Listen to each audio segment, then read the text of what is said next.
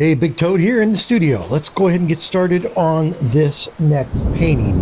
And the working title is Around the Mountain. I did a planning video on this where I showed you my sketches and where I came up with the idea. And basically this idea started from another drawing, but really the whole thing is coming out of, I've spent 40 years hiking the mountains of Idaho.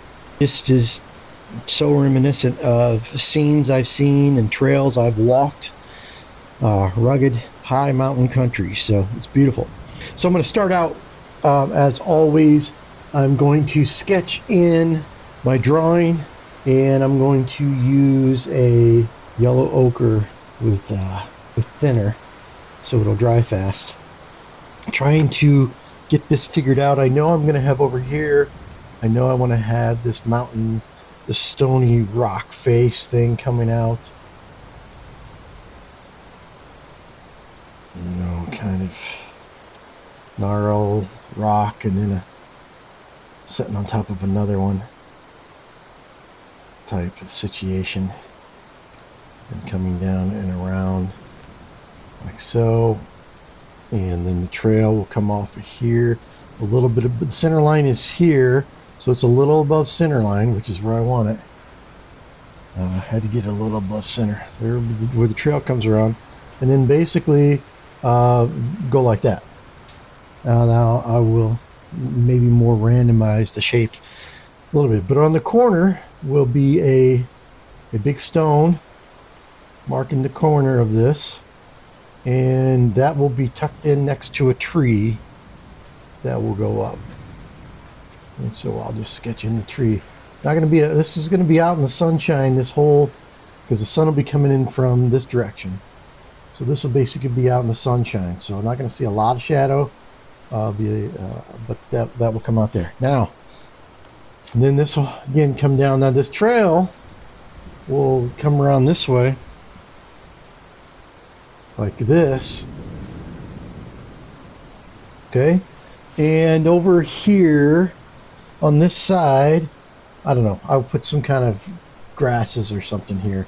This side will come down, and I'm thinking another rock here.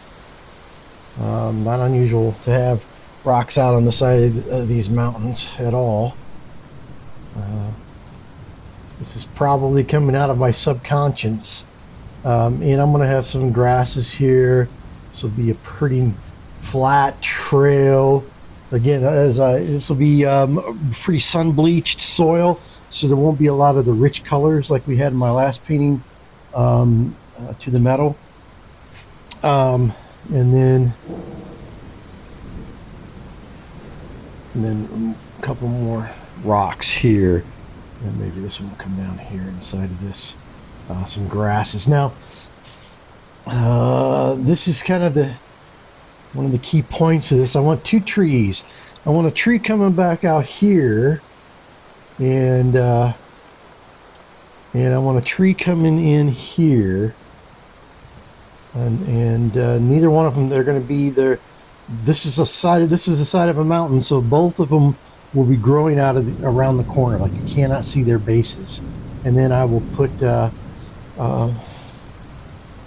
now this is the next key thing, and this is what's important.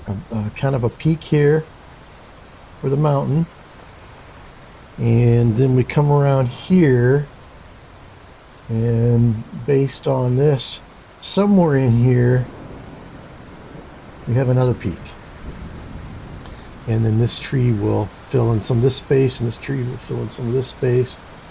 But yeah, then we can have grasses or maybe a bush or something along there. That's the sketching around the mountain. So if we can talk about shadows, there'll be a little bit of a shadow here because of this stone. Maybe you won't hardly see any shadow from this tree or these trees onto this trail. This trail, unless I was to pretend there was something over here, is really going to be in sunshine, except for right along this edge, depending on what I put here. And I don't have to even I don't want to put a row of solid grass there, because that's probably unnatural. But I will have grasses growing up here and there on this slope. Some grasses, but yeah. So that's the plan. All right. What do you think? Should we get started? I'm going to come in with some gray right off the bat. So using a little bigger brush so I can cover some ground fast. But I got a big shape here, this first rock. And got this next one here, this next rock. Okay, a rock here. This is I did the sketching. Now I'm doing a block in. Not much for shadows at all. I can almost do that as I do the block in itself, because I will have some shadows around my objects, like these stones. But yeah, like against here I might have some shadow. And I've got this rock there. This trail is going to be a very pale color because of the sun bleached effect it has. Okay, so it's going to come out of here and maybe wrap into there. Maybe that's what I'll do, is I'll wrap it around like that. Yellow ochre thinned down with some titanium white. I think that should be a good color to box in the side of the hill. Probably be shadow behind that. I think I can remember where the shadows go on this. There's not a lot of shadowy objects here. Shadows are not big in this case. But I can come in a minute and do those. So, again, it's not... I don't know. We'll see how this goes as far as the shape of this hill. And I'm not worried about smudging the colors at all at this point. It's all natural. As I was saying, I'm not so worried about the shape of this hill. I can maybe jagged it out a little bit, like that or something, because there are a lot of hills that don't have a lot of mountainsides that are like this, or even straighter for hundreds of yards. So this is fine. This works fine. Okay, this tree has doesn't have to be gray like a lot of them. Especially out here, I can picture in my mind so many trees that are just big old pine trees that have this reddish toned bark, and with deep browns in them and blacks, and a nice big healthy live tree here. And take this one up, and this one more, so we don't lose them.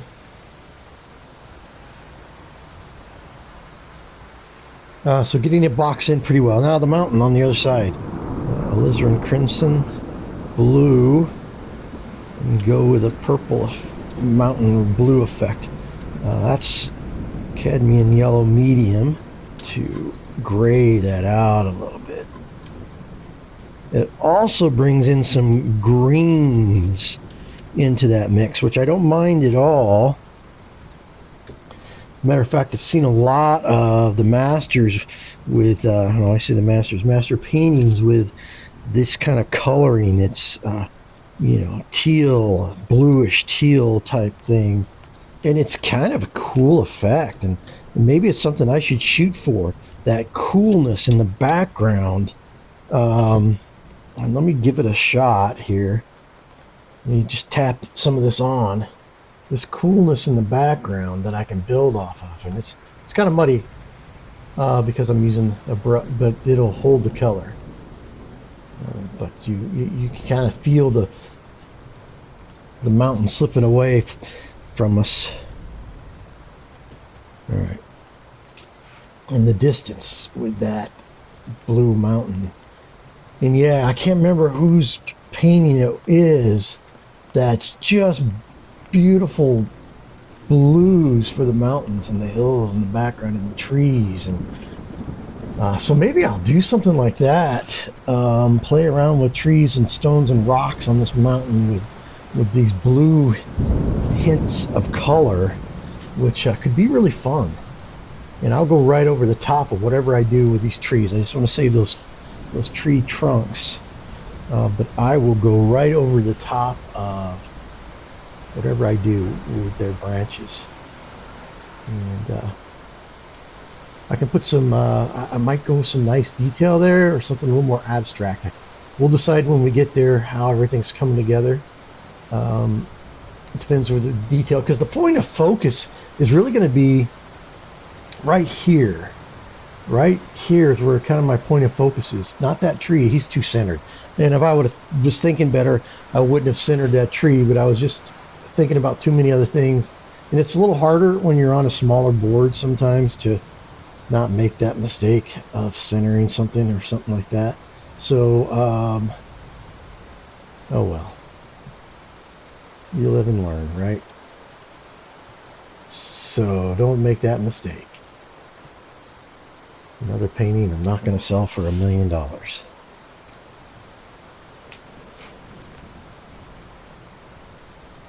No matter how much you plan, it seems like you forget something until you see it on the board. And I could start this all over.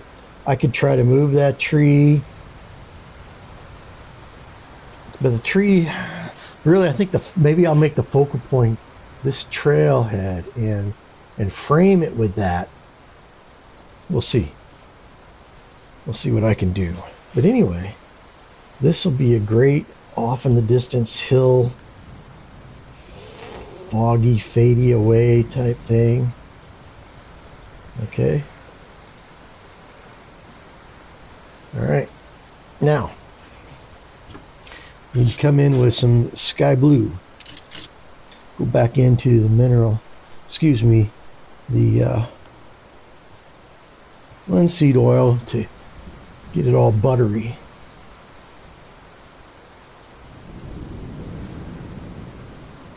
Buttery paint. That's what we're after, buttery paint. I'm not putting on a lot of thick color anywhere yet. So I don't mind coming right up against things because I can fix it all later. I will save the final sky for the end because it's a small sky, so I don't need to fret about it. I can go in by hand and patch up anything I do there.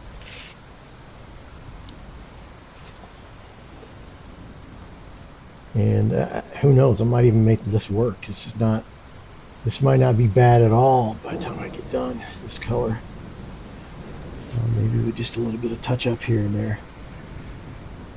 It's hard to go through a whole painting, even on this scale, the way I paint without messing up my blue sky.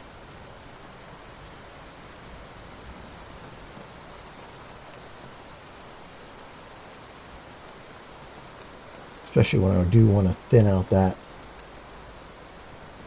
But then again, I've got plans for that particular tree that's going to require that it take up not a lot of sky. Okay. And what I'm not going to do is put in the limbs yet for the big tree that are going to overhang. That's going to be at the end, maybe after I'd even finish the sky. We'll see.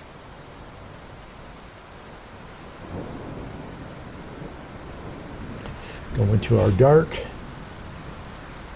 Start tucking the dark in here. Oh man, what am I doing? I need some paint.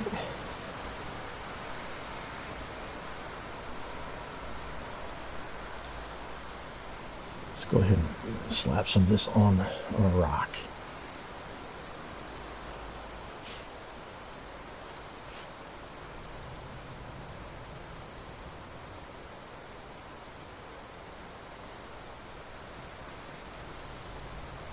See, I've got these two colors mixed together there. But that gives me a great place to launch from.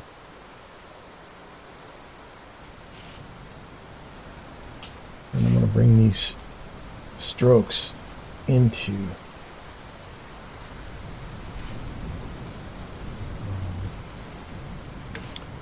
back down into here. Choke up. Don't want to get too choked up on my brush. Choke up on your brush, and it actually will choke up on your artistic flow of your brush. Now, one of the things I want to avoid here is I want to meander these. I don't want them going too much against the grain, but then again, I don't want them all just going right in a row inside here either. And you saw that me kind of do that in the last two paintings I did, but not here because it's I don't think it's necessary for that. I think more here it's more about some creative, nice brush strokes that tell a story about the rugged, dry trail.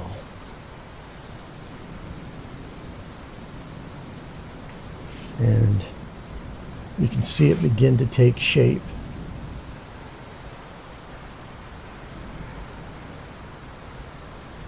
See it begin to take shape for us here. Again, because I'm doing small brush strokes, one of the beauties of the small brush stroke is you're never overcommitted with any of them.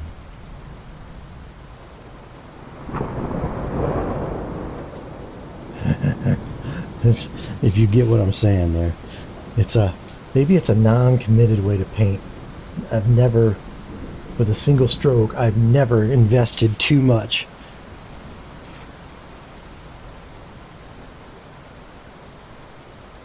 And I can start getting a little longer here. My strokes. Again, I wanted the smaller strokes up here. And if you've listened to me before, my smaller strokes, the illusion of detail, and I want the illusion of detail to be around this focal point here. So again, I'm going to create a frame around that. So you're going to come and you're going to loop that frame, and then you're going to follow all these things around. So now if I get further away, I can get longer strokes. And what I like is the longer strokes down here feel good now because I've committed so many shorter strokes up top, and now these longer ones feel natural, as if it's giving you that natural perspective of as things get closer. What happens? They get bigger. So why wouldn't then these strokes get bigger as I come nearer to my point of entry into the painting? Does that make sense? I think about these things. I think it's fun to think about these things, the natural order. And so my brush strokes are they the prettiest? Probably not. But hopefully I make up for my brush strokes not being as pretty and refined as some fabulous artists that are out there, because of my method and way of thinking about my paintings. And I can get darker down here as well, and I will probably come back in and go darker just because I'm fading out of the painting here. And now I can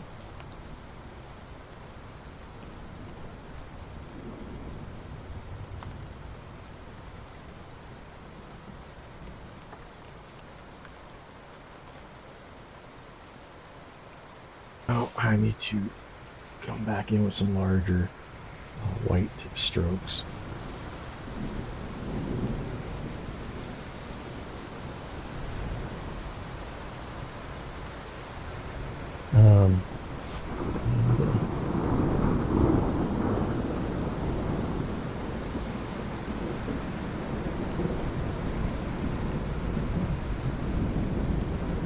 Can try to move in a little bit. Doesn't even have to follow so much the contour of the ground. And again, don't want to overdo that. Don't want to overdo that. And see, and that's why I maybe should scatter some more of that around to give that gray, those grays kind of a peachy, gravelly look. Now this color, I'm going to try to do something with these stones.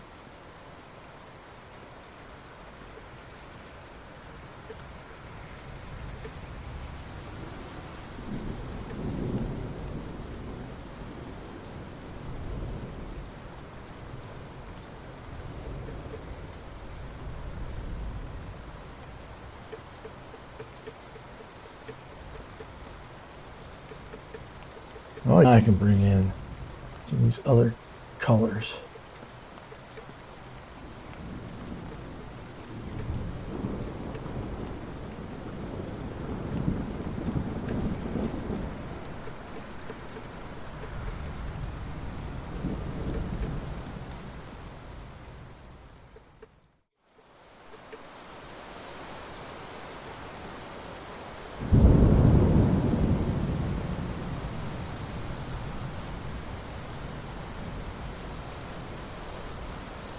Now I'm going to bring in some really deep color here.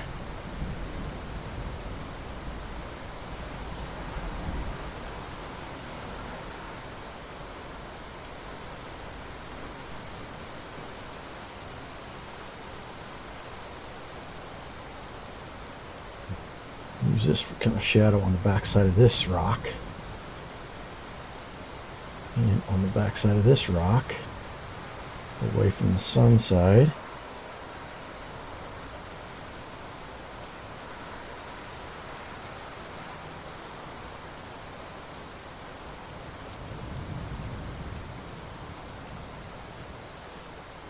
Okay, now bring in some. Again, I don't want to overwork these rocks.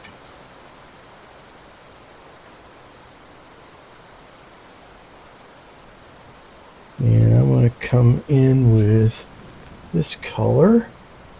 It's kind of dark. And this one's more. It is going to be shadowed because it is behind that tree. So I can get away with that being a darker rock. Which will add me some darkness to it. So now all the rocks have to look the same. Okay.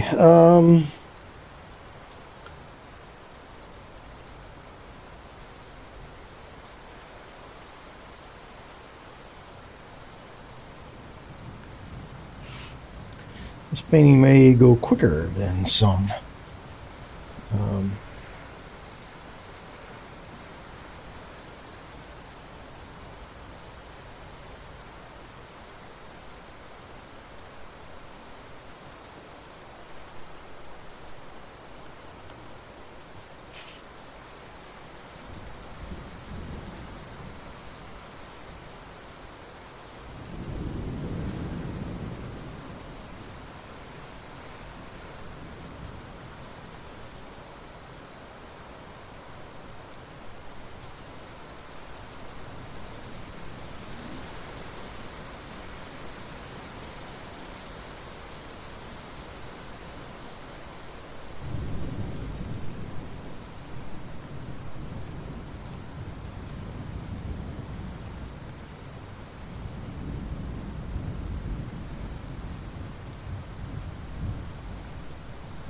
Probably come in and touch these rocks up again, depending on what they look like. I know I want some streaks of white in them.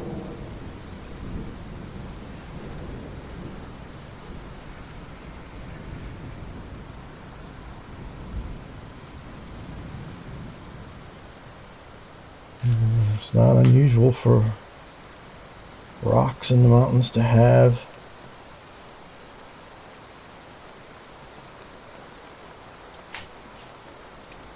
a white color to them. And I'll also come in and put a more of a quartzy color into these as well, because that's not unheard of either.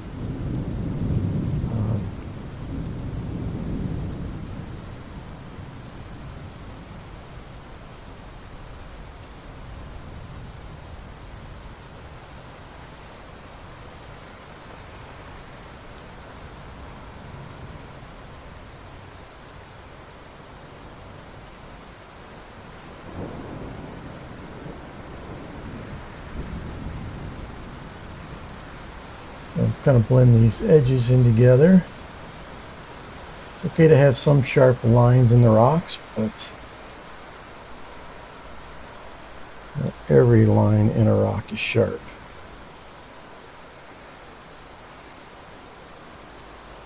More precise, more.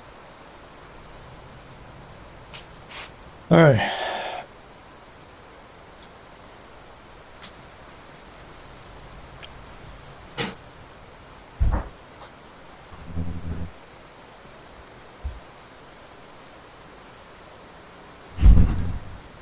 I said there's times when these trees will have red in them like that, and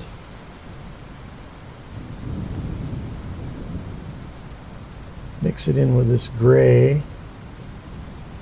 Again, not making mud, so you gotta be careful.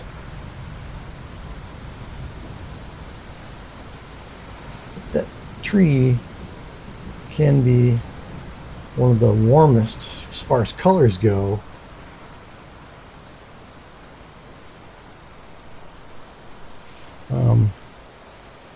Thing in this picture.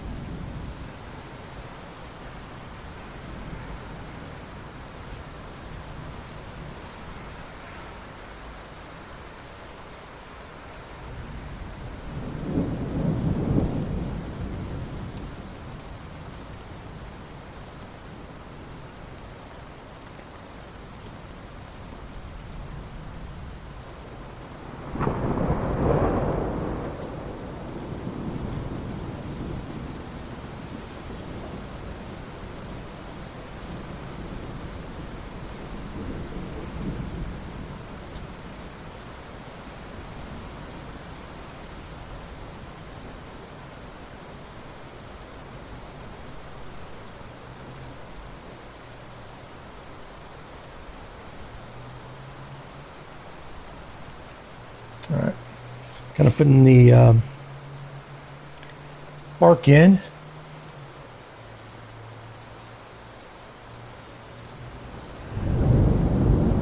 Add some dark bark to the back side of this tree.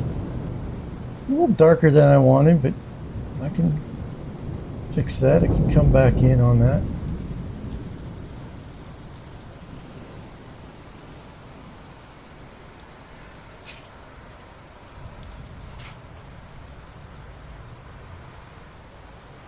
It's got a good look to it though. Cools off that side of the tree, doesn't it?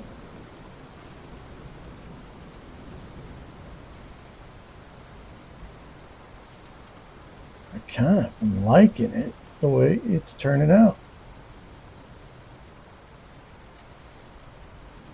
Just picking that up and putting it down. Okay. More blue in that mix. I want that blue to kind of start to show a little bit. because I'm going to have blue in the trees, and also I want to get some blue on the rocks because that mountain back there is going to be blue. So I want to include some blue in my rocks.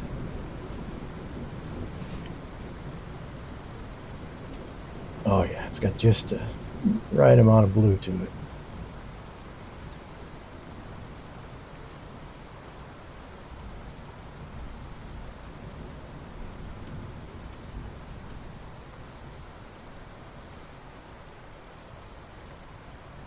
It works as a good transition to the grays. And I don't have to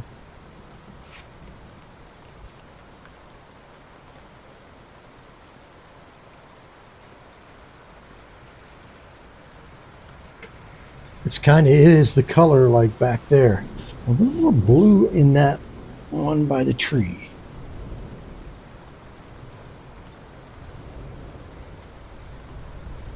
Maybe a little too much. It's okay.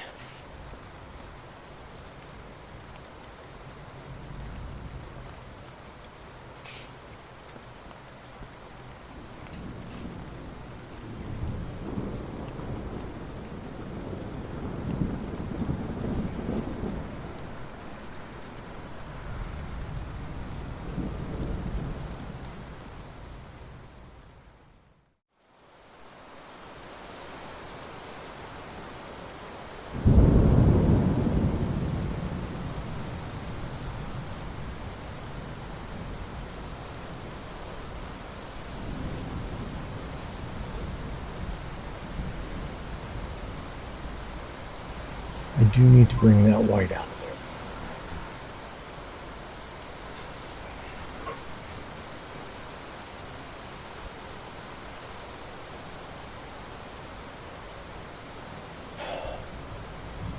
there. And I want to bring a little white in here. Okay, and a little right there.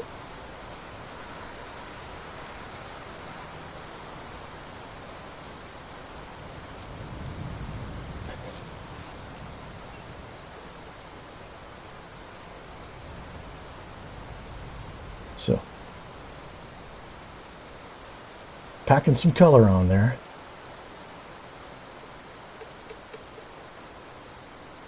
This composition and back here, we'll worry about brush strokes, but I got to get a good layer of that blue paint on there. Right over in that corner against those rocks.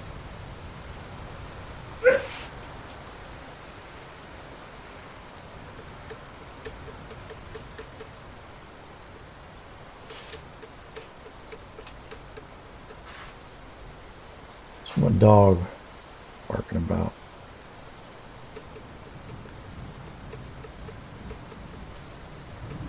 So now I'm mixing these colors in together. I'll tuck in on top of that rock.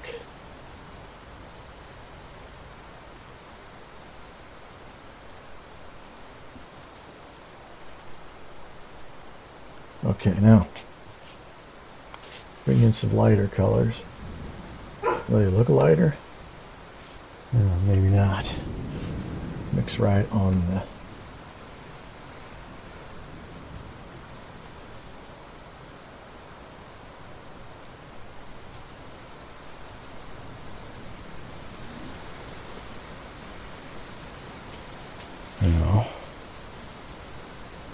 some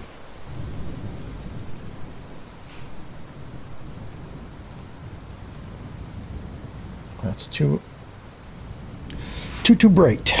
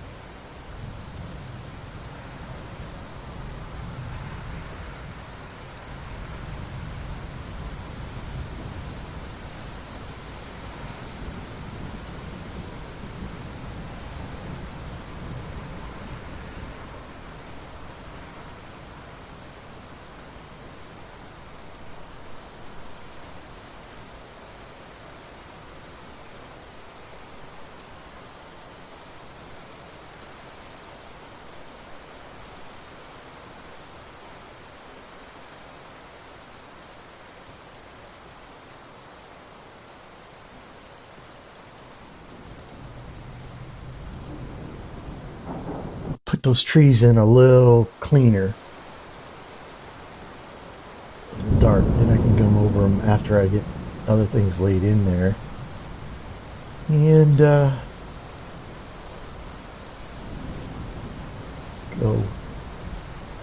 Oh, see, that's just silly right there. It's for me being out of painting position in order to avoid the cameras. So forgive me. I will just come back in and fix that. Sometimes the camera gets me in a position where just not where how I want to be set up for painting. And that was a case of what that did. I totally messed that up. I'll bring some tree stuff, branches or something off of there to fix that. So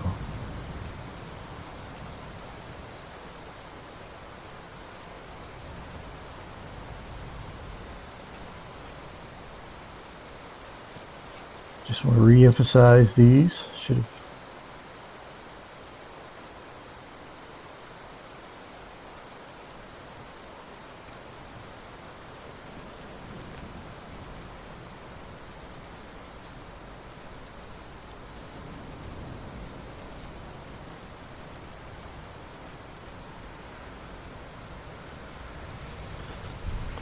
All right, I don't always show you what I'm mixing, and the reason I don't is my videos are long as it is, so I don't want to make them any longer. I constantly update you with my palette. I'm going with some light colors in here. I update you about my palette in my videos. Tell you what colors I'm using constantly in my videos. You'll see those. Maybe looking at one right now, and I think I'm going to get some of the straight yellow ochre in here as well. See how that looks in there as part of the ground cover. Maybe still too dark. Let me bring in some CAD medium into that burnt sienna mix. Right, so the mixtures I'm going to use on this ground, I'm going to use some straight yellow ochre. I've got some yellow ochre thinned down with titanium whites, and so I might use yellow ochre in two different phases, bringing down to give me texture and vitality to this groundwork. And I've also mixed up some right here is a dark burnt sienna with some titanium white, and then here's a light burnt sienna, and I'm going to use those to bring some vitality to this ground. And I'm going to have the smaller strokes up here and bleeding over into my concrete sidewalk. And as I get down into here, I'm going to broaden and widen and lengthen those strokes. So again, I want the strokes to be longer down here because it feels good on your eyes. And then as you come in, if you get down in here with your eyes, the long, gentle strokes are going to lead you right up into the shorter strokes that I'm going to have up here that are going to give the illusion of great detail. And then I'm going to cut back and forth into this walkway, add some of these colors into the walkway so it doesn't look like it's paved or graveled, but it is going to be a lighter color. Maybe bring some of these grays down as well into this, but that's what I'm after with this. Now, and then when I put my grasses in, it's going to liven that up. So, and just about any earth tone. So if I got some extra earth tones on my palette from doing stuff earlier, I can bring those in. It's not going to hurt to bring in some of that bluish green I've got back there. I want to put some darkers behind that. It's going to be a little bit of shadow right there. So let me come in with a couple of nice dark strokes in there and come out with this nice color to transition out of the shadow. And now we're going to hit the light, so I want to bring a nice contrast in there.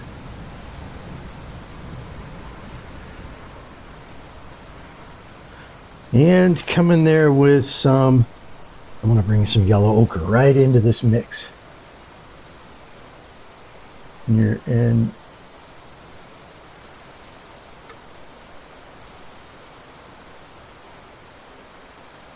so now I'm going to start overlapping these strokes into the gravel and up the tree a little bit. And I've got opportunity to come in here with a nice light stroke here.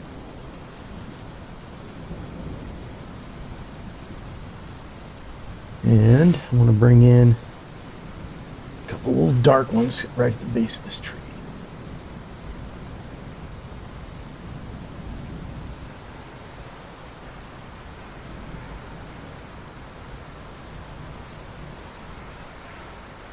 Okay. Now I'm going to go in with some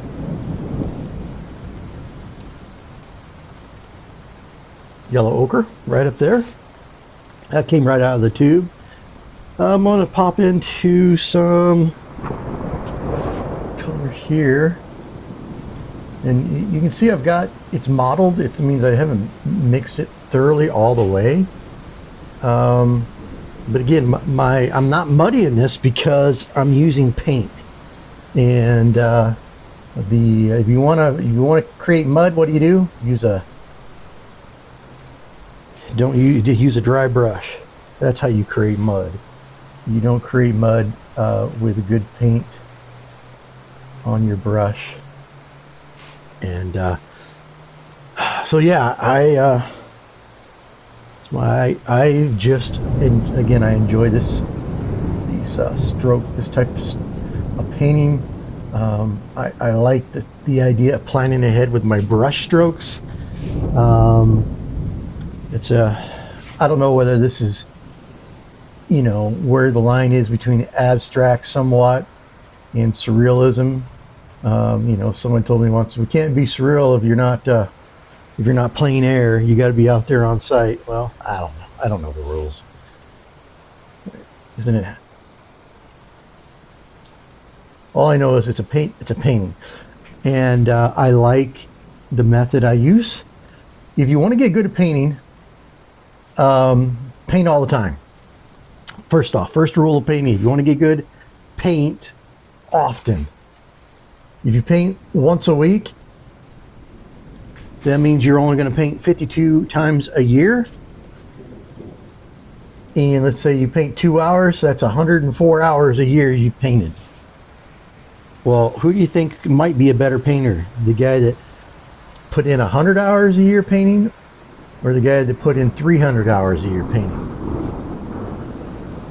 I'm guessing that the guy that puts in the 300 hours, given that they have both equally artistic skills, but actually now I wanted to use those strokes there to create another illusion that the soil was built up around that tree trunk. Bring it down.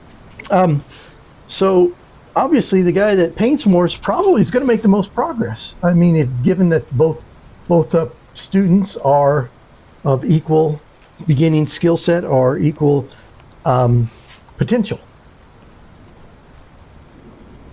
Right? Now here behind this rock, I'm going to go some darker. And so again, first rule, if you want to get good at painting, then paint. Second, I know you don't have time to paint all the time. Sometimes you just don't. Part of that is you got to have a place set up that's easy to paint. If it's a big ordeal to get your paints out and to get set up to paint, that's going to impact your painting, because you're going to say, oh, I don't want to get my paints out and have to pick them up and clean them up. One thing, I find that cleaning up oil paint, painting is one of the easiest kinds of painting to clean up, because watercolor, you've got all this water soluble stuff that's going to dry real quick. You got to get it off your brushes. Watercolor, man, brushes are everything. Not that they're not important in oil painting, but they are. But watercolors, man, when I painted all the time with watercolors, you had to be so careful with your brushes, because your brushes were your lifeline to the if your brush got bad, then you had to go buy a new brush, and you had to keep that brush. You had to be careful, a lot more careful with what colors you had, and But here, I'm not nearly as careful, as you can tell, is what I'm talking about. I like oil painting for that reason.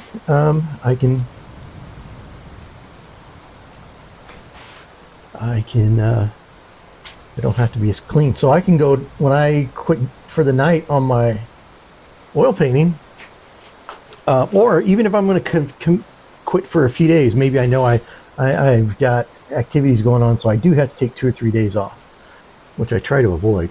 But I just put my paintbrush, I get it cleaned out real good in the paint thinner, or whatever medium you use to clean your brushes, and then I put it in. I put linseed oil on it, and with that linseed oil, after I get the thinner, I clean the thinner all out as best I can.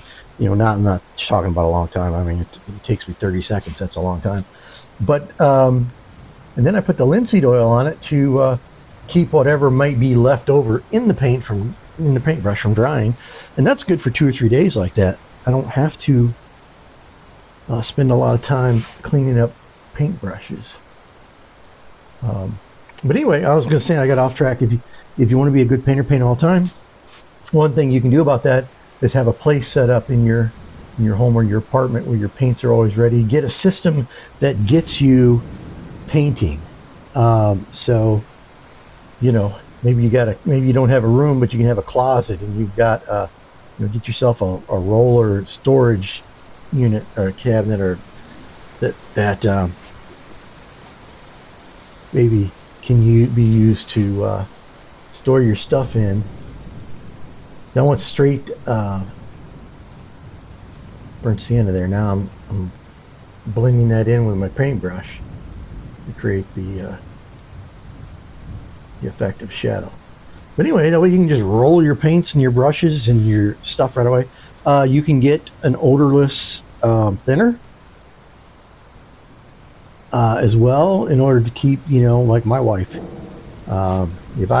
If she had to smell real paint thinner all the time, she would not allow me to paint.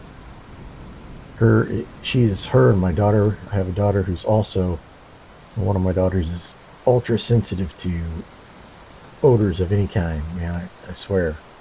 And when they're pregnant, holy cow,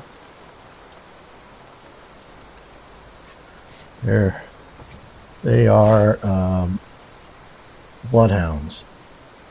So, and of course, my wife hasn't been pregnant in 26 years and won't be again. But my daughter is, and it's funny what she picks up on in odors. But anyway, get yourself a way to get into the paint fast and easy. Roll that thing out and go. This is out in I have a studio set up out in my shop, which is really a third bay on my garage, and so I can go out there and paint and whatever I want. Now I do a lot of my just drawing, and when I say drawing, sketching with on paper to do my planning. I'll do that up. Usually I'll do that up in my office.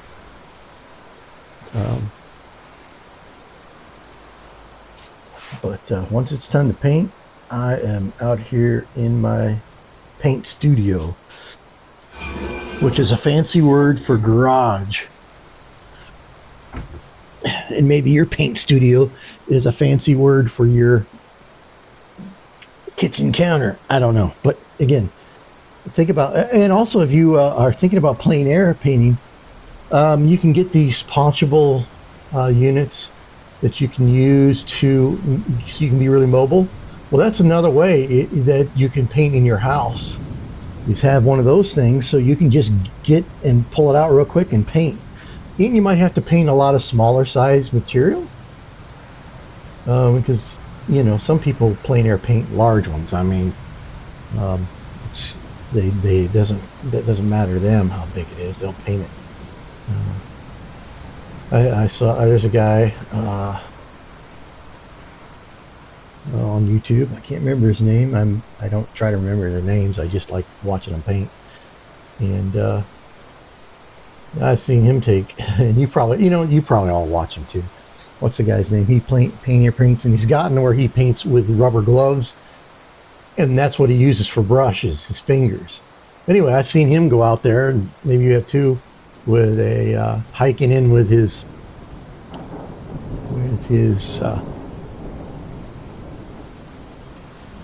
hiking into a spot where he's going to paint, and he's going to use. He has to take out two panels, two 4x4 panels or something like that, in order to, because that's how big he's going to paint. Giant.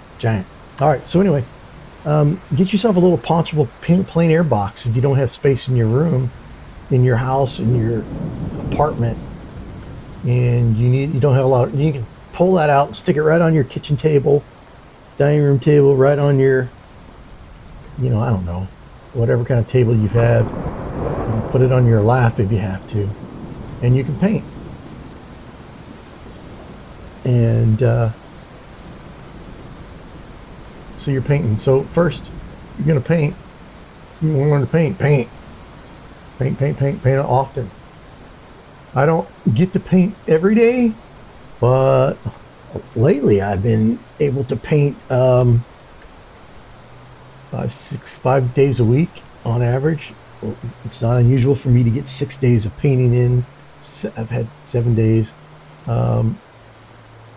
Sometimes when I'm not painting, though, I'm doing the other thing, which is I'm watching somebody else paint on YouTube as I sit at my desk and work, or sketch out, trying to come up with my own my next composition. You'll see I do composition videos where I walk you through how I came up with compositions. I did a composition video on this and how I came up with this idea, not using any photographs whatsoever. This is just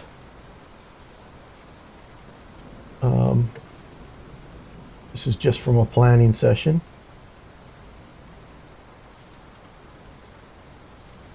And doing sketches. But anyway, so number one, paint often. Get a place set up. Number two, where you can paint often. And if you don't have a place, then get yourself a painting system that allows you to set up really quickly and tear it down really quickly. Next, if you don't have time to paint, maybe you have time to watch videos on other people painting. I love to watch. If I can't paint, I would just soon watch somebody else paint. It's not that's my next step. I want to see people painting. I want to learn. I want to see how they do it. So that's next. If you can't paint, watch somebody else. And but then also we got to remember, a lot of the guys, a lot of the streamers, YouTubers, are teaching you common styles and techniques of painting. And it can be frustrating to spend all your time trying to learn a particular way because your favorite YouTuber, that's how he teaches you to paint. That's you love how they look, and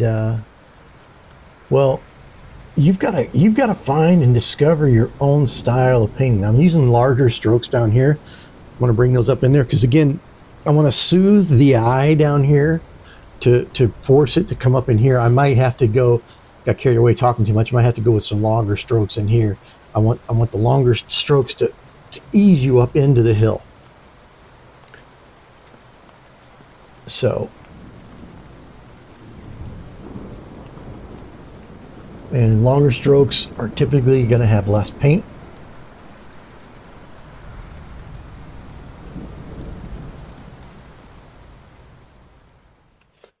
But yeah, so going back to what I was saying, don't be bogged down by, you've got to discover the painting style that you enjoy. And I spent time trying to paint like other artists because I love the way their work turned out. And there's nothing wrong with experimenting with those other methods. You should try lots of methods.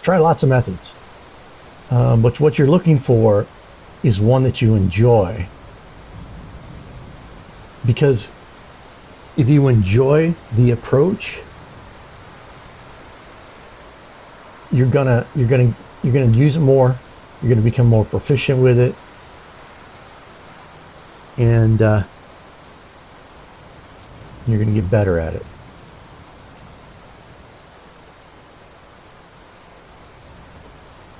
It's the methods where, and I'm going to go darker down here.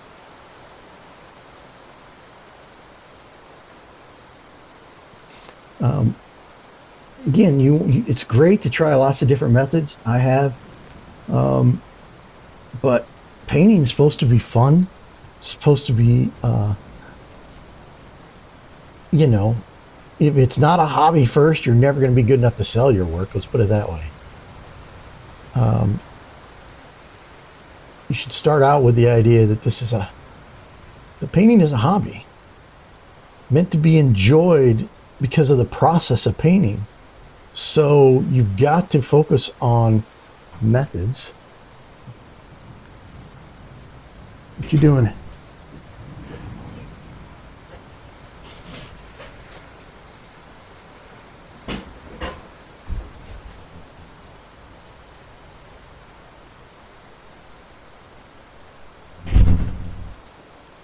So you've got to eventually begin to settle on a method that you enjoy. I enjoy this way. Things about this method that I really enjoy. I love thinking about the brush strokes being more than just the method for applying paint, but being part of the story behind it. Where I see lots of YouTubers and painters talk about brush strokes and the importance of them. I think I emphasize it more in my very discussions of how I'm going to do my painting. Good or bad, that's the way I love to do it. So, and hopefully you're getting the idea of this effect now, going from the larger brush strokes down here to bring you up into these smaller ones. I got to work on that transition some. Get some medium strokes coming in here to break up between the long ones and the short ones. But I think that, again, I think it's soothing to my eye to see that and to feel what that's like and what that means to the terrain. And if I come over these rocks a little bit with color, they're ruined. No. If I come over these rocks a little bit, I just come back in with grasses. Because these hillsides are, at least the one I'm painting here. I mean, I've been out on hillsides where it was so steep and gravelly and rocky and that nothing seemed to grow on it, except tufts of grass every once in a while. And then I've been on them where it's grass up and down it, not a lot of tall grass. I mean, some tall grass, but it's not like it's all tall because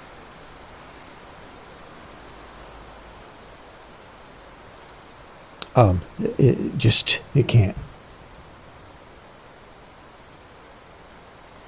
That can't get its roots deep enough, and it often gets pulled up under the storm. Snow, piles up, melts in just right, and freezes the grass into it, and then when it slides down the mountain in the spring during the thaw, it rips it out of the ground. Lots of things like that occur. So it's a natural part of being a blade of grass on a mountain. And like I said, I spent 40 years out on the mountains of Idaho.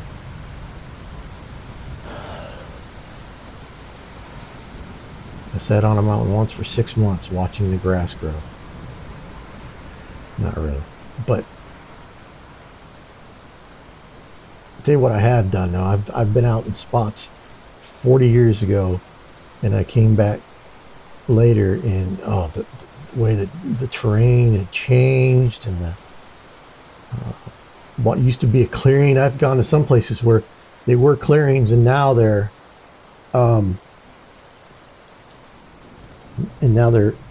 mini forests because all the little trees and things have grown up over time, and it's just crazy. All right, so now I've got a good color laid in there. I'm going to bring some of this texture down, this smaller strokes down to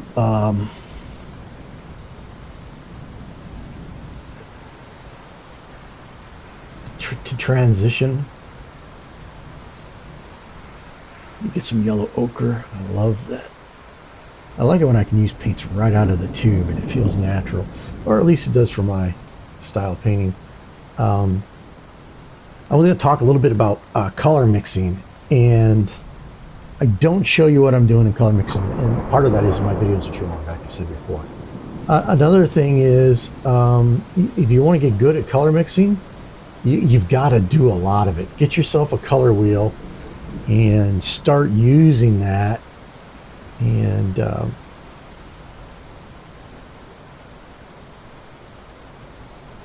you'll get better at your color mixing.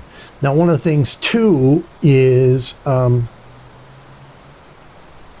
don't get hung up too much on color as much as I do. I think that's why mine, like I said, I don't know. Is it abstract? I don't know. I like vivid colors.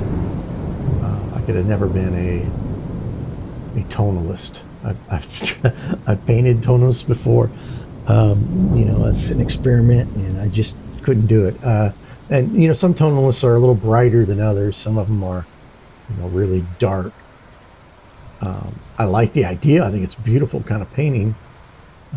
Me though, I wanna bring vitality to my paintings. So and variety to them as well, which I think I'm getting on this mountainside. I gotta kind of start coming into these a little better.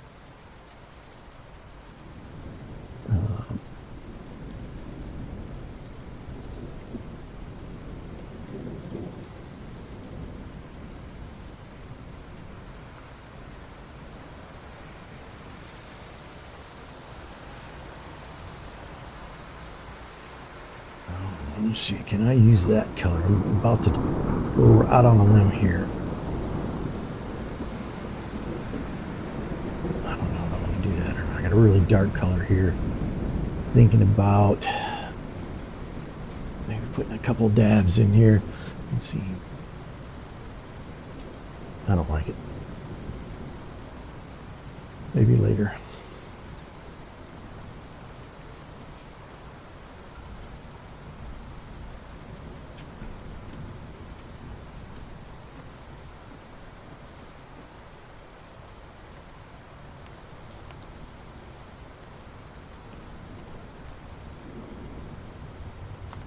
So here we're bringing in some burnt sienna to create to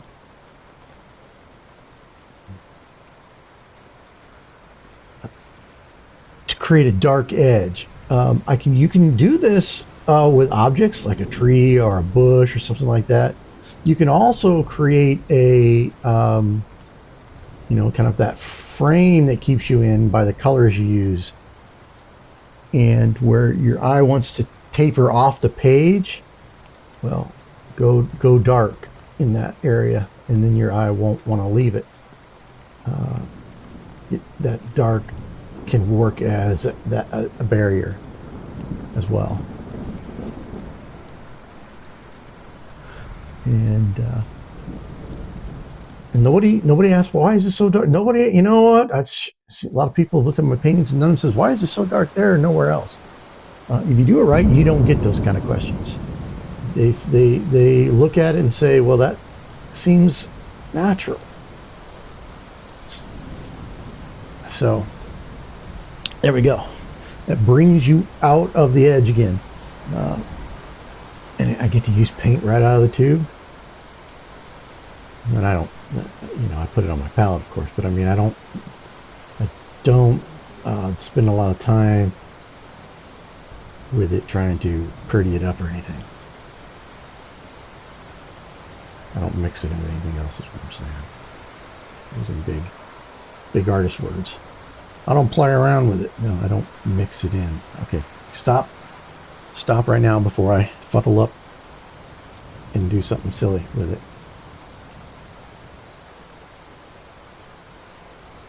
All right, that looks better though, because I don't want those shorter strokes down here. I'm in the part of the painting where I need the longer strokes to bring me in. Into the painting. I can use some over here, some yellow ochre right out of the tube, and you don't care, do you? And that again, longer strokes, further away from my focal area. That yellow ochre breaks up the ground there.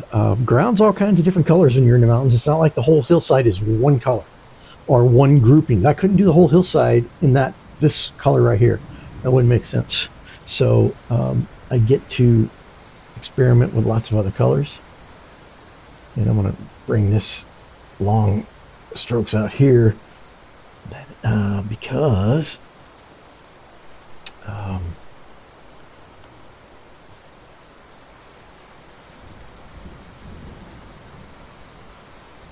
again, I'm away from that focal point. I want to draw you in.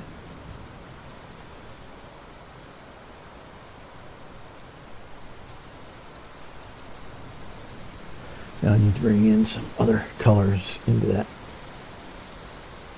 to draw you out of that hole back there. Real careful that you don't make mud. I'm going to come in with, load my brush and get a dab of linseed oil here, this paint, get some more butterness to it. I'm going to bring in one of my lighter colors and do some brush stroking, transition brush strokes. Okay. Transition brush strokes they're longer, but not as long or wide as big ones.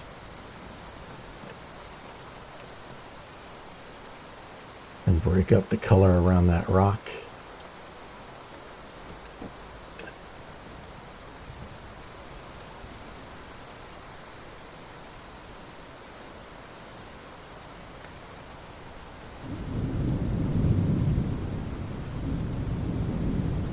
Alrighty, I'm liking the hillside.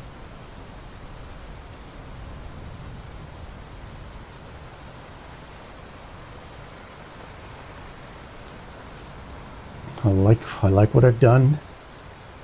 I can go back in. What you can also do is I can go back in here and put some darker hues in there and break up the flow a little bit so it doesn't feel like everything's flowing. To go against the green of the flow. There's nothing wrong with that at all.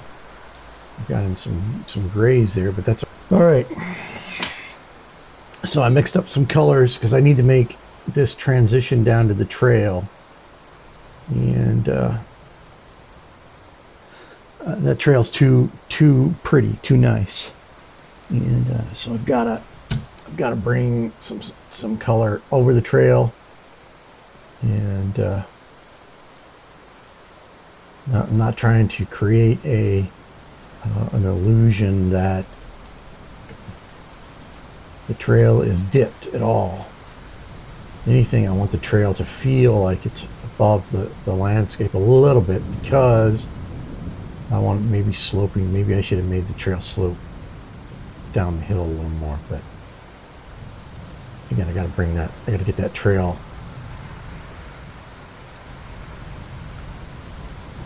to come across as more realish. Bring in some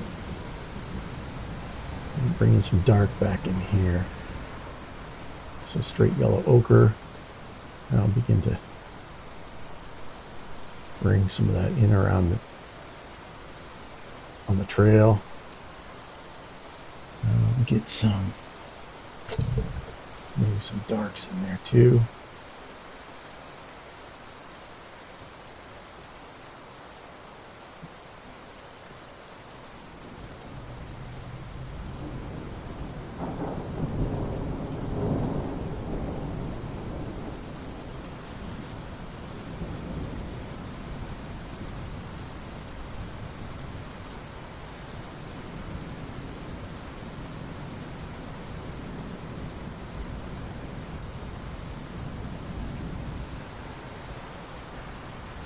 Okay. Right up in here, this edge.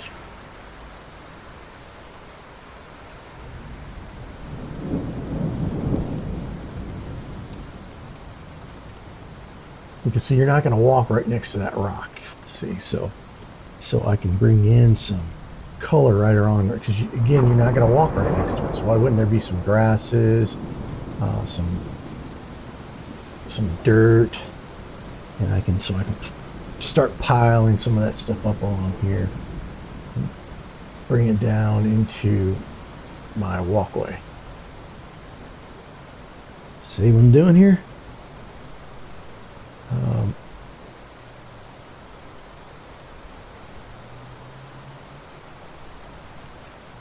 You know, I'm trying to create the contour of the land, like the trail is coming down, is the mountain sloping into it just a little bit under these rocks. And the rocks, maybe you're not right on, just a little bit higher, and then the animals have beat a trail around this hillside, right around those rocks, trying to get around those rocks. Maybe there's lots of rocks up above, big boulders, and not a good place to cross.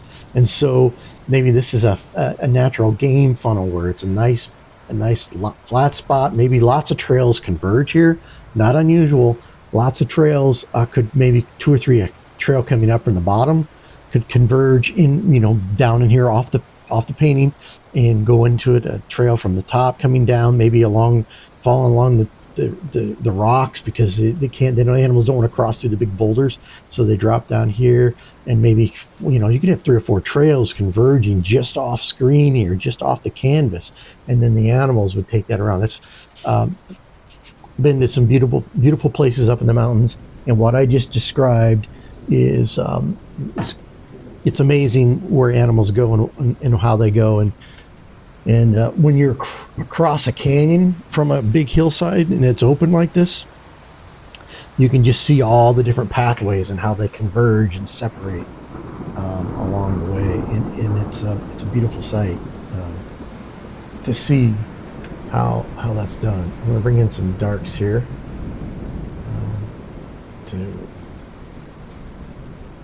again, we're right up against this boulder. We can afford some darks. Getting a little. I'm going to bring in this glowy color.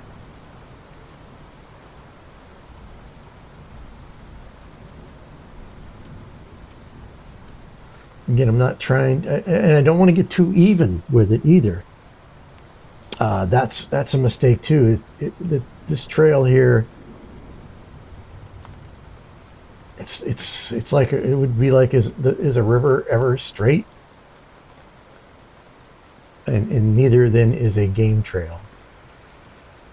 They have straight sections, but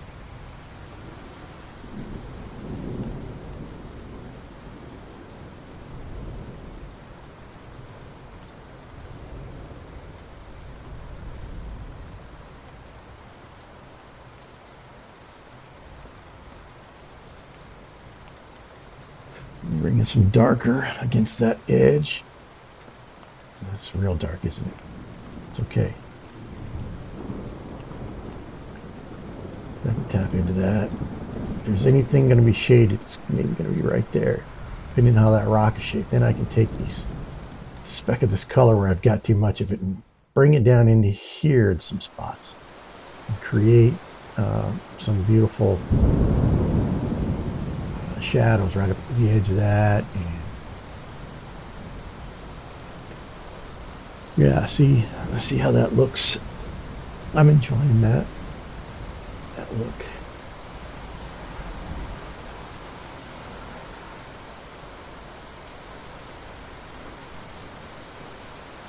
Now I can get some larger brush strokes now that I've gotten away from this stone place here. That stone, I mean, stone place. And I could take those colors into the trail. And let's see. I do want to maintain some darkness here because, again, this has to be kind of that thing that stops the eye. I'm getting to another place where I want the eye to stop and not go back there. I don't have to explain it because nobody knows what's off this trail. Nobody knows what they can't see. So maybe there's a perfectly good reason why there's darkness in here. And it tells me I need to darken up. I'm going to darken up here the same way. I love this dark down here. I'm going to put some dark here some more. I can afford a few longer strokes, but I don't want to do that yet too much because once I start intermixing then this gravel trail a little better with some other colors, it's going to but I can go darker here and darker there. So I need to get some darkness and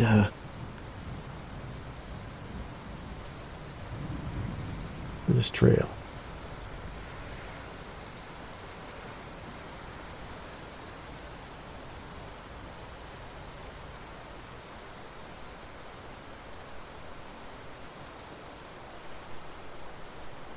I kind of just mixed a lot of that color in together to make that happen.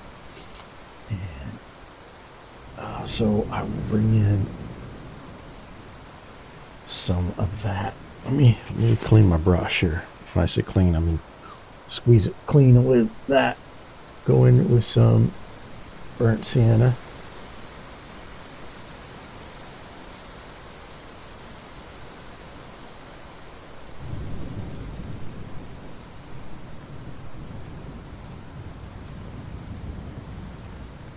Come with some little more burnt sienna, just a tad more of that.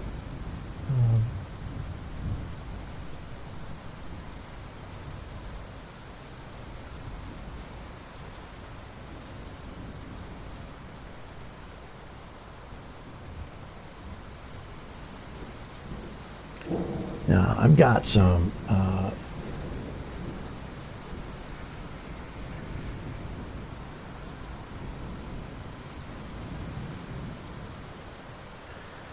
this brought in some ivory black. If I've ever muddied anything up, it was right there. I don't like it at all.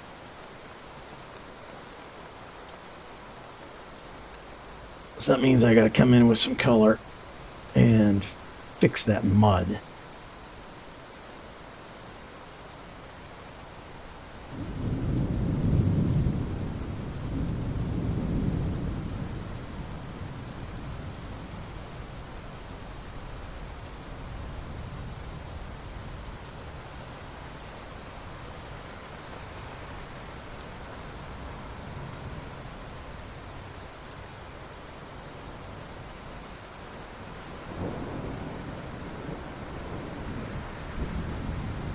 get some more dark in there.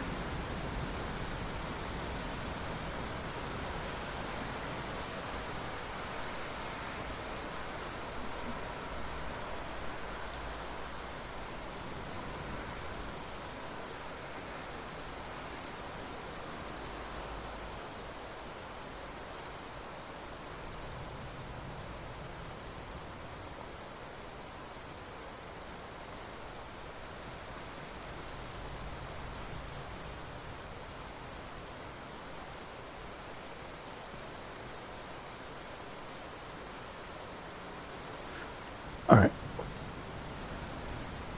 It gets me to the larger strokes. And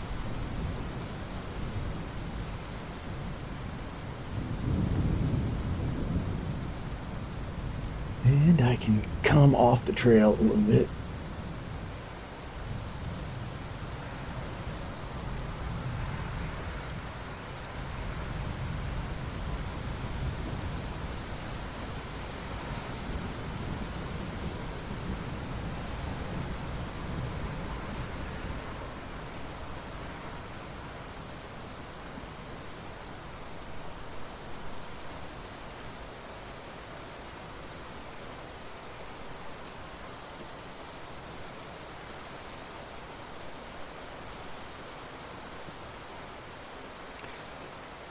Okay, so, oh, okay.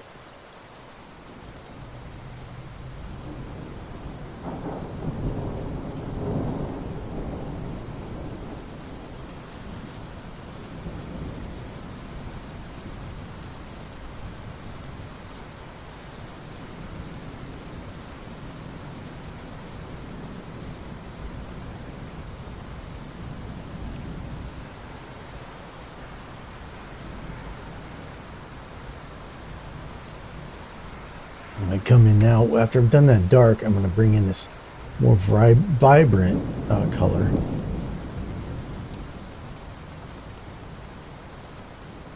So again, I want to create the illusion that this soil, this dirt, is coming up onto this trail, and the trail is, not perfect.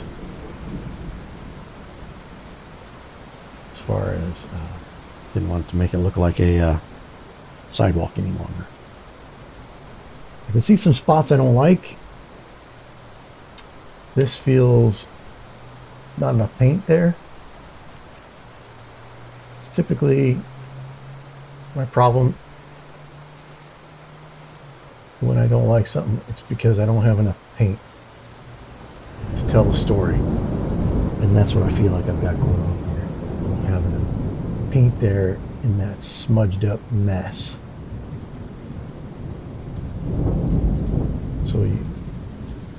So I come back in with heavier amounts of paint, and so I'm going to do also with my gray for the trail. I need to come in with bigger globs of gray so that the trail doesn't feel like it's sunk into the ground.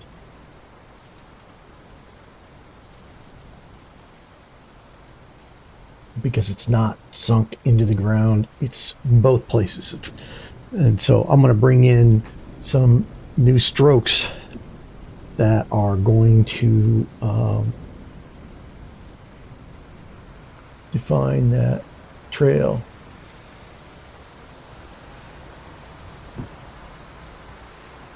You'll see this trail start coming alive more because now it feels like it's buried in the terrain. It's buried in.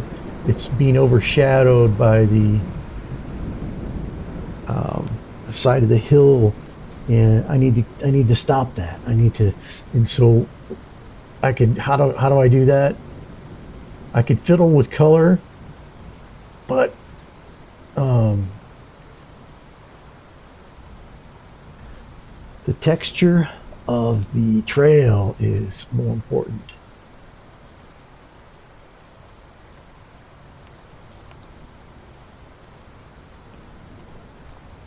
I can even bring in some of the sky color, I think. Let me try that. Or a little bit of that greenish color in the background.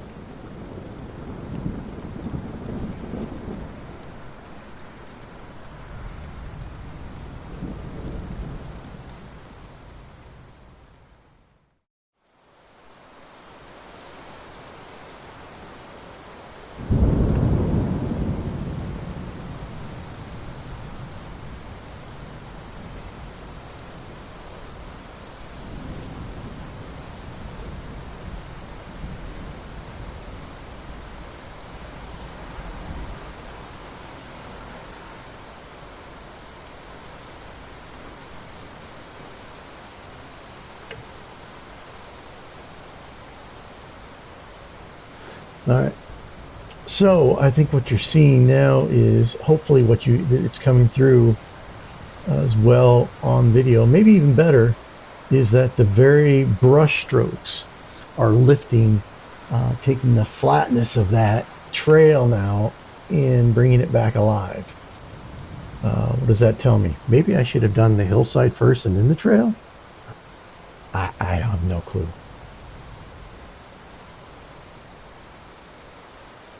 If that's the case or not. I can also break up the flow a little bit. You don't want to get so hung up on the flow of the brush strokes that we fail to create the image that we want.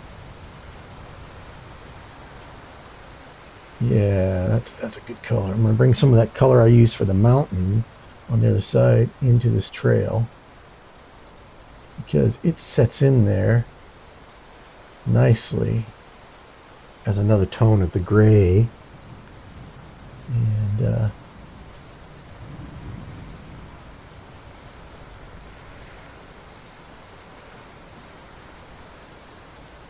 see, I shrunk my trail down. Did you notice?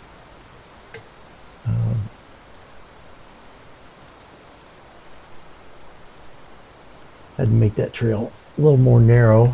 It was the trails can be very narrow on these mountainsides, and I do speak from experience, having walked on many of them. I probably beat that horse to death, but yeah, these trails, they can be narrow, they can be wide.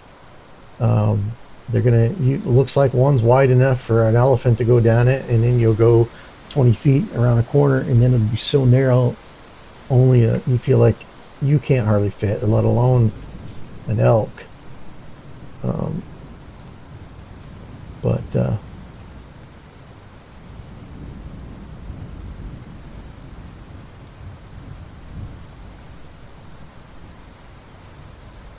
getting a little color going both ways, but that's all right. Mix that color in a little bit, as long as I don't muddy it.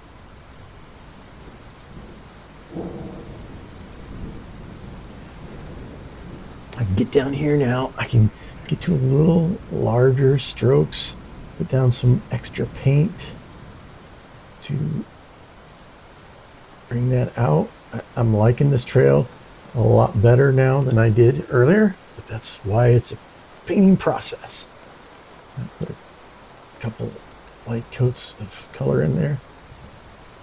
Now I can start coming in with some of that mountain sky color. You don't hardly see it, but trust me, it's there. And again, it ties in the mountain over there.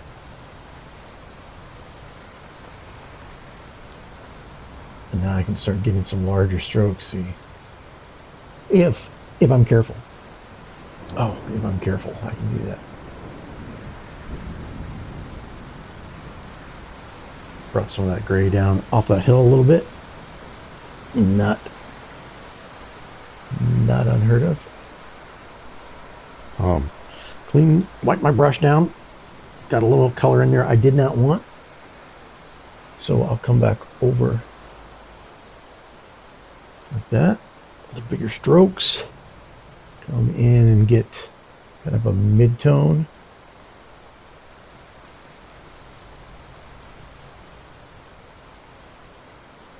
Come back in with a dark tone. I'm getting close to the edge here.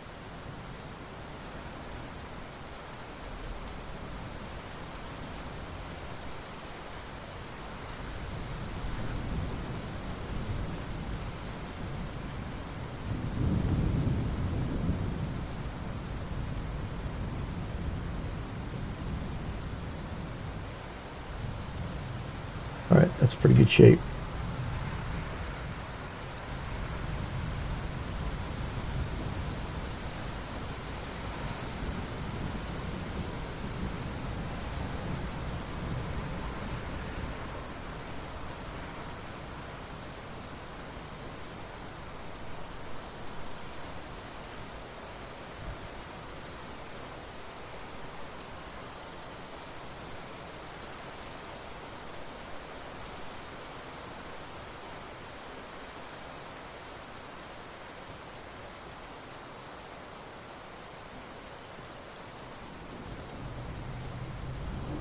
Okay, yeah, you see how I broke that trail up to make it uneven in places?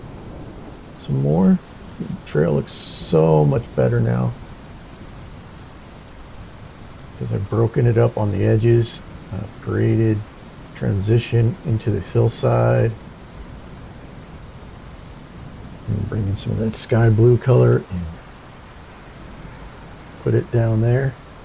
That's not, I say sky blue, I meant the mountain color.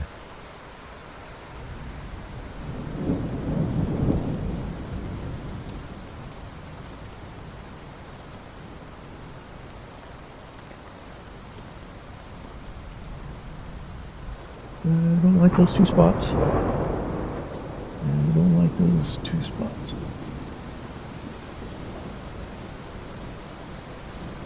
I don't want to blend color as much as I want the colors to mix.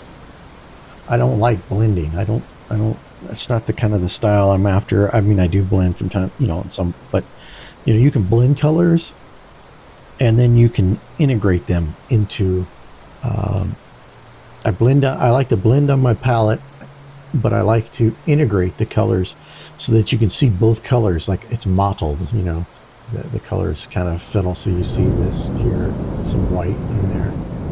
And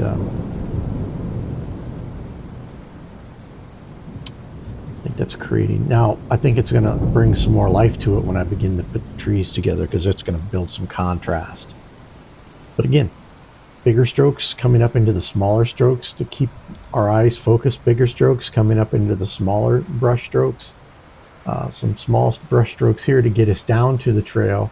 I used larger misdirectional strokes in the rocks because they're obstacles, so they don't have to match up. Dark sided tree here. Maybe I lost some of that in here.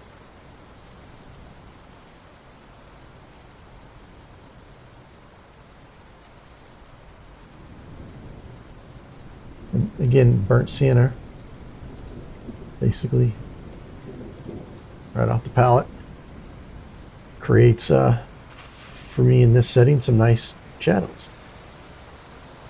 Probably start working on these trees, and I got to get some grass. Maybe put in another rock or boulder here to break up this trail, or a bush or something. I need to create some more reality in this around here. All right, the best way to get a deep natural green, it's not too bright. A lot of times what happens, greens destroy your painting if you're not careful.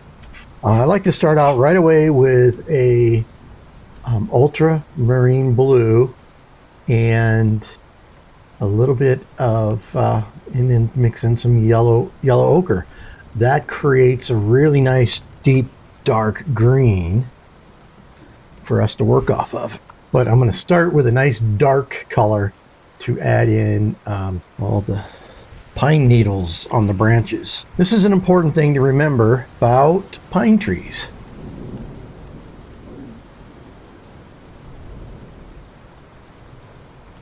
Pine trees are like snowflakes. No two pine trees are ever the same. So when I see a painter come in with all their pine trees all structured the same and all have the same shape, that's disturbing to me because I've never been in a forest like that.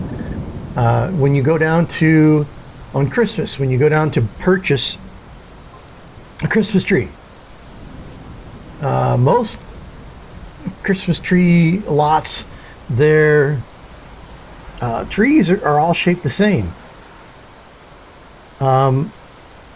If you told me to go out and find an elk or a deer, I could find one of them pretty quick. If you told me to go out and find a perfect Christmas tree that's shaped like the ones at the Christmas tree lots, that would take me a lot longer too. You gave me a choice and said you can find either one of those three things in an hour from when you leave the truck. A Christmas tree or a that looks like the lot ones. The Charlie Brown Christmas trees, those are more realistic than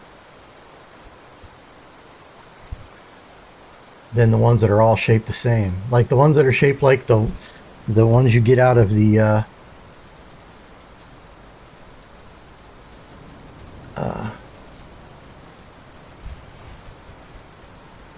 for Christmas tree lots.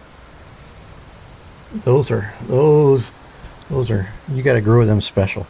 You go around people's neighborhoods and they have a lot of those kind of. When we think about evergreens, we think about pine trees, we think about what we see in town, and that's just not the reality. I want you to create trees that, again, look natural and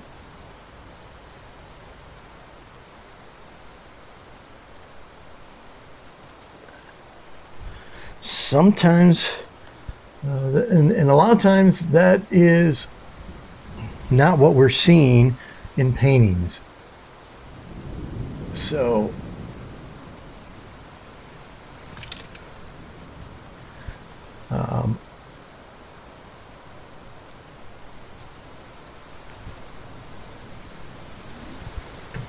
you're creating a non-symmetrical snowflake when you're creating a pine tree. Enjoy it. Enjoy the difference of it.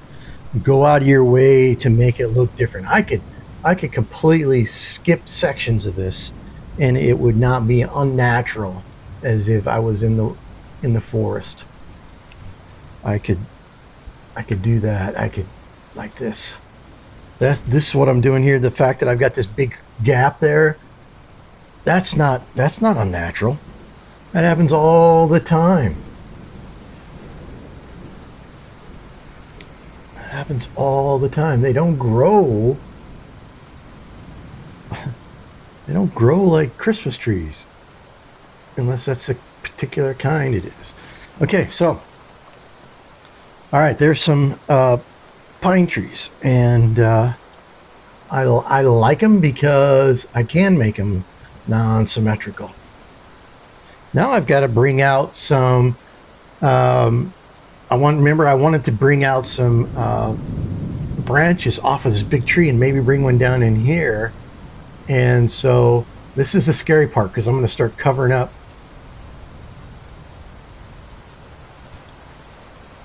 going to start covering up part of my mountain, and I'm using big pieces of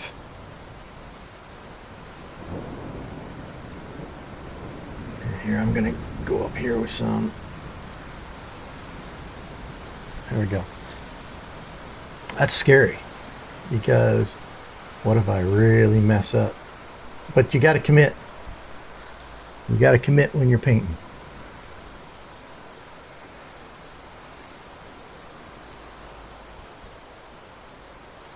And be bold.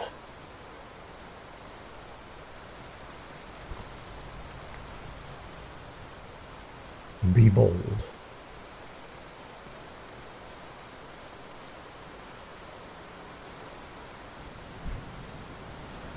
All right.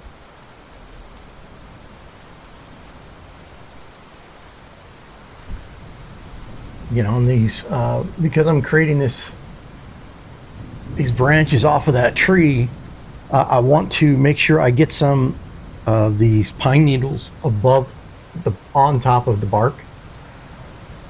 It creates dimension. I'm going to come back here in a minute and add tree limbs to that. And I think that's bringing some life. I got a lot of green left over. I think that's bringing some life to my trees. So I'm going to come in now, rather than go right to the light, I'm going to go to my tree branches. So I'm just wiping off squeezing off my little brush. I don't want to get any paint thinner, turpentine, mineral spirits, whatever you're using in that, because then then my paint will get too runny.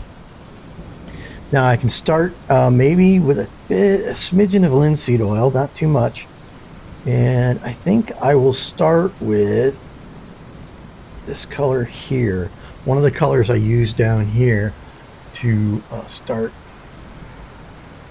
and I can come back in and don't be tempted to just try to focus on a straight line. I've seen a lot of branches, and I don't need to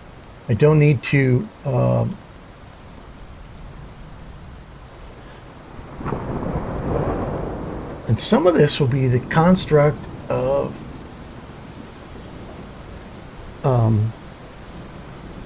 pine cones.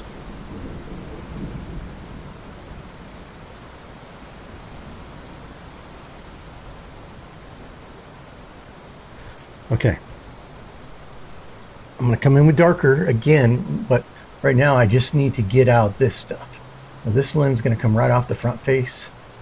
It's going to go into there. I'm going to see it poke out here, poke out there, poke out there. I don't need to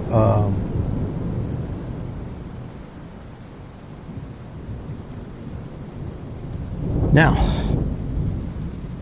I've got to go darker there. So I'm going to bring in some, guess what I'm going to bring in. All right, now I'm coming in with some of that same color mixed in with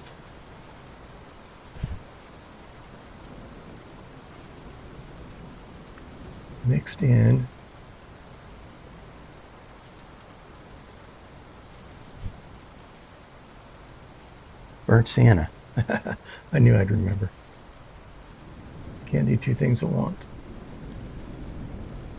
That's going to be important structure there. All right, so I'm going to go to a liner brush, or I don't know how other people call it. And I can get color right on top of that now. And I've put some linseed oil on that to help it get captured. And see, so how that then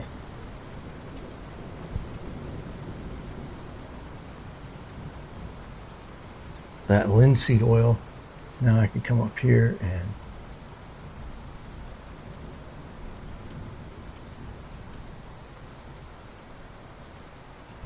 go right over, put some linseed oil in that on my brush so I could get it to grab onto the paint that's there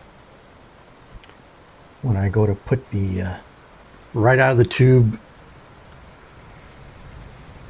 burnt sienna.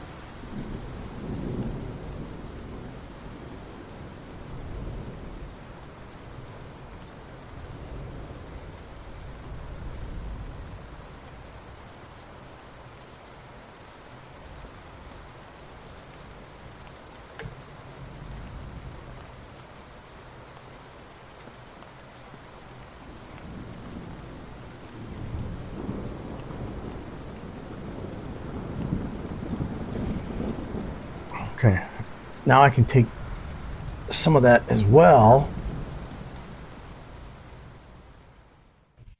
and go over to these trees here and add some color.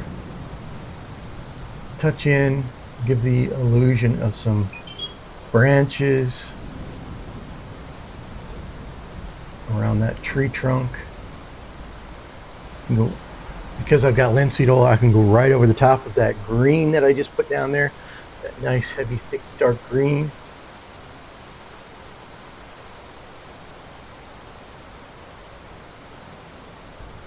I'll probably go in with some light, so I gotta be careful. Some light green. I can also come in on this trunk. I'll tap in some color between that. And I can go right up off the top of this as if there's nothing growing right up off the top.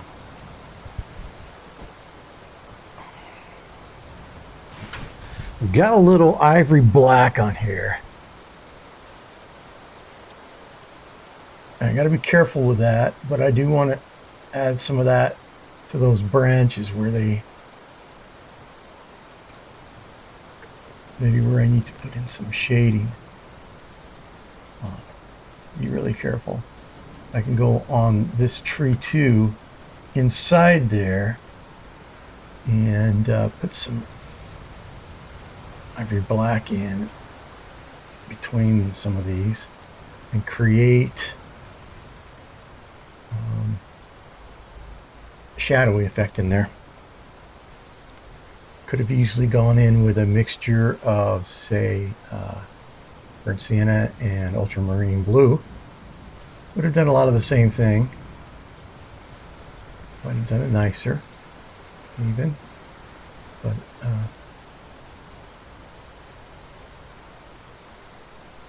breaking, what we're trying to do is break up that blah color that's the trunk of the tree.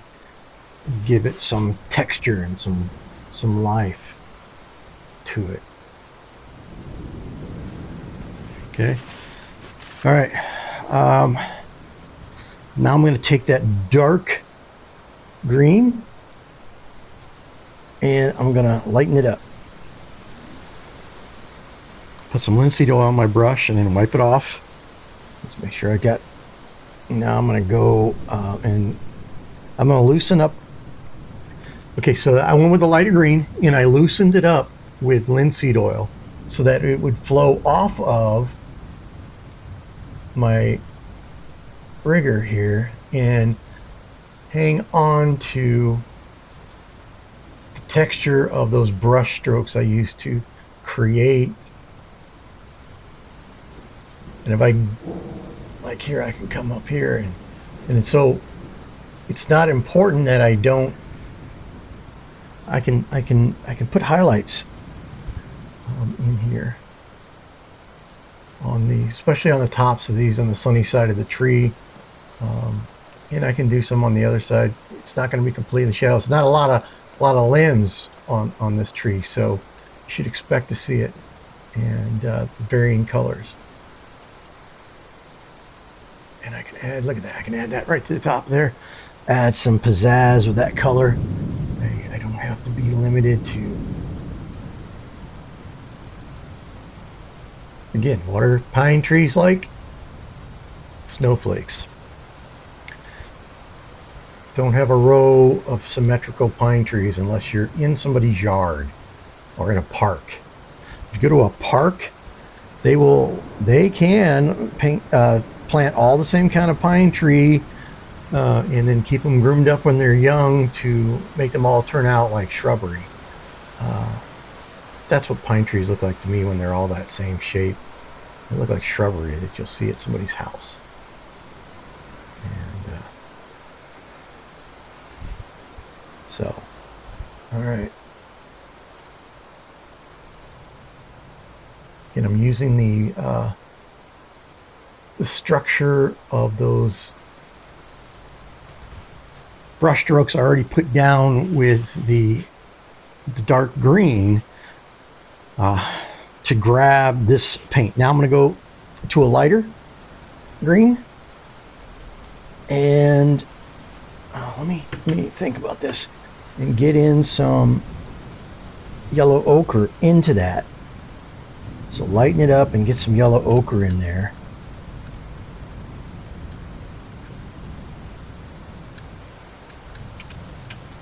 All right, so by adding some yellow ochre to my paint mix and a little bit of titanium white, I create a lighter hue of that green with a yellowing, deep yellowing that was going to also maybe look a little yellow, maybe a little brown. And now I'm more careful with my highlights. Make sure I put these highlights on where I want the sun to really be showing. So not too much back here because it's on the back side of that tree. And then I can come out here on these, on top of these limbs. See?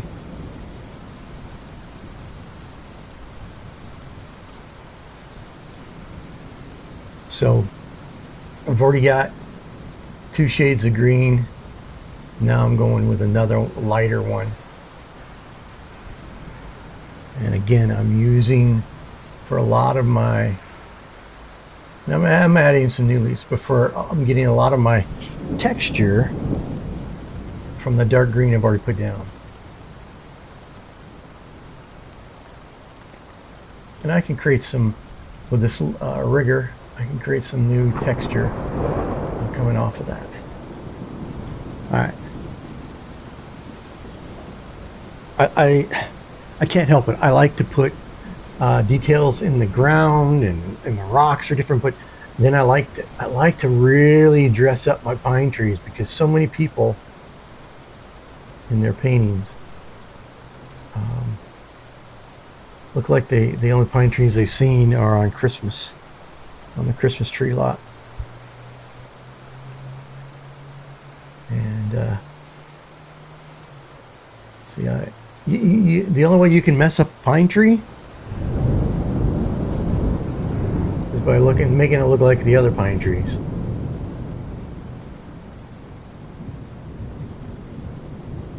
Because no matter what you do, I mean, you can make it look ridiculous, I suppose, but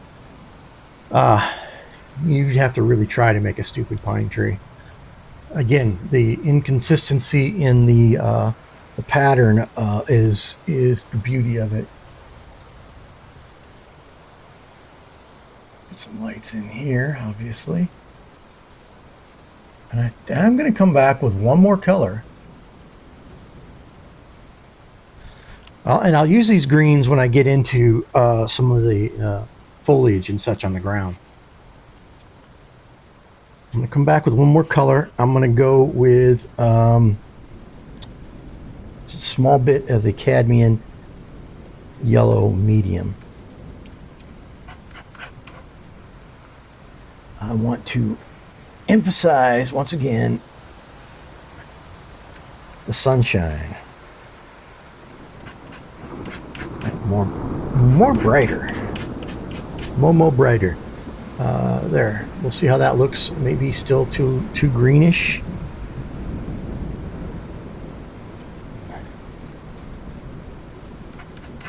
it looks not. It doesn't look as. It looks more yellow. It's getting pretty bright. Still.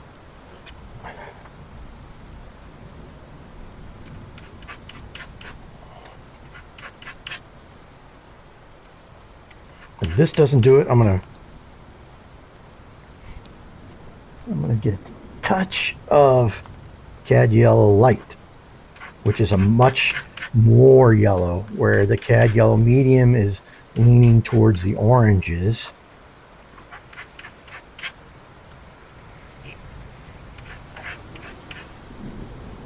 It's a cad yellow medium is right up getting is a bright yellow ochre almost in my mind. It's kind of how I would describe it. So, all right. Yeah, you can't hardly see that color.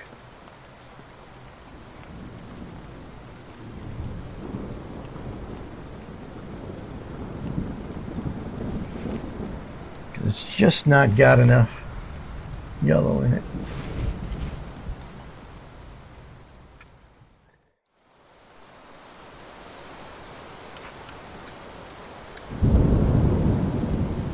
Okay, yellow light will get it. Might just, the chroma might be too bright.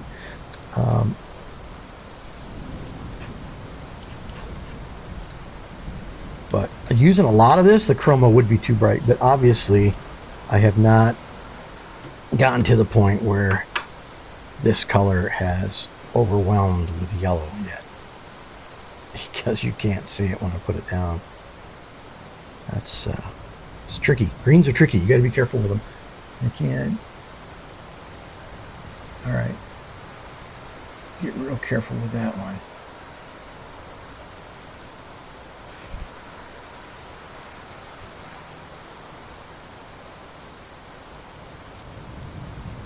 Make sure it's only where the sun can hit it. The sun can hit every one of these out here, so let's just get them done first. Maybe some on the backside. Sun's going to hit that. Maybe not the whole thing, but see, the sun's going to hit this stuff.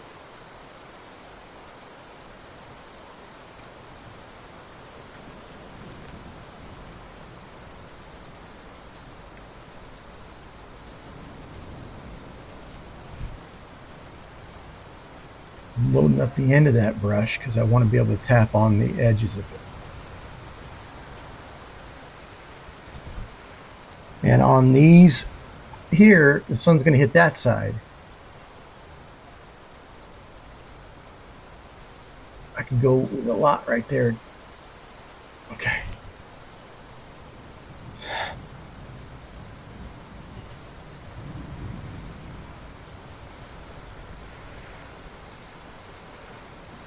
Don't want to overdo this one. It's less of a focal point.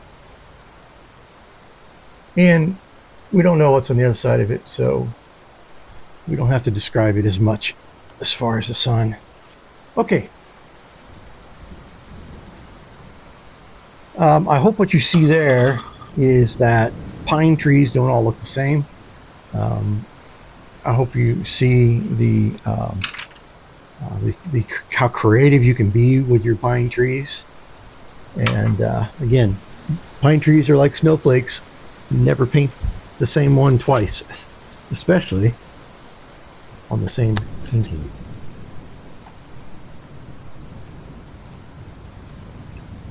Okay.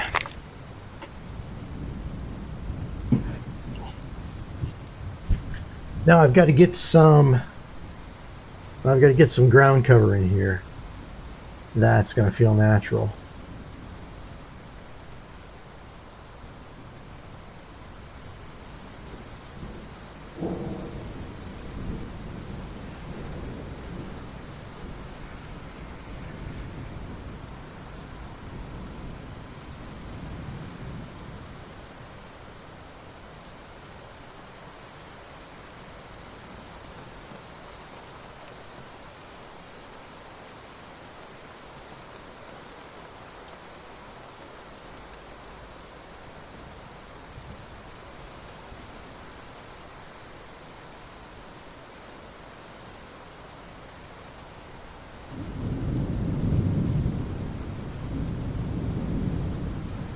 I'm gonna go some more grass.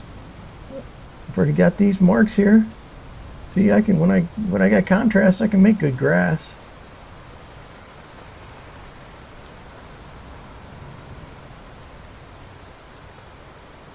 Put some grass here.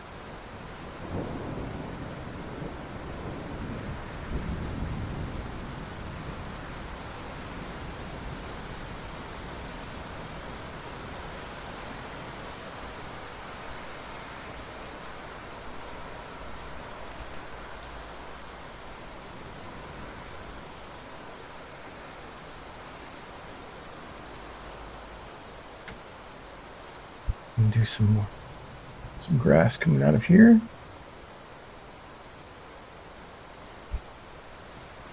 Get some linseed oil, loosen that stuff up. I want it to flow like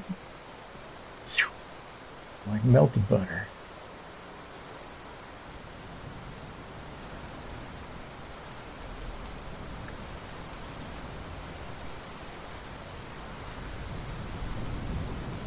Kind of irritated at myself for messing up that grass down there. I said, I know how to make grass. I just couldn't get the value right. Couldn't get the contrast right. Yeah, I can get the contrast right over here because the grass is light.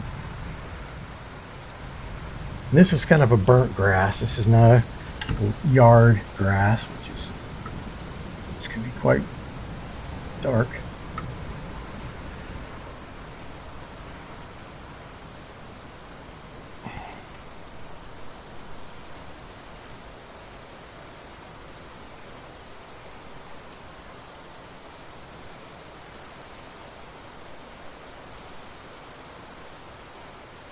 There we go. I think I'm liking that a little better. Get some grass out here and some tufts coming up against the tree.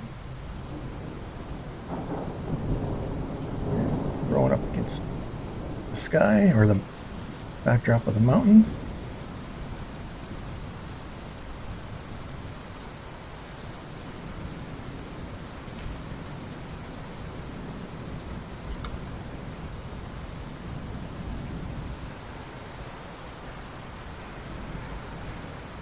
Some more linseed oil, and now I'm gonna go back and really shoot for the stars here.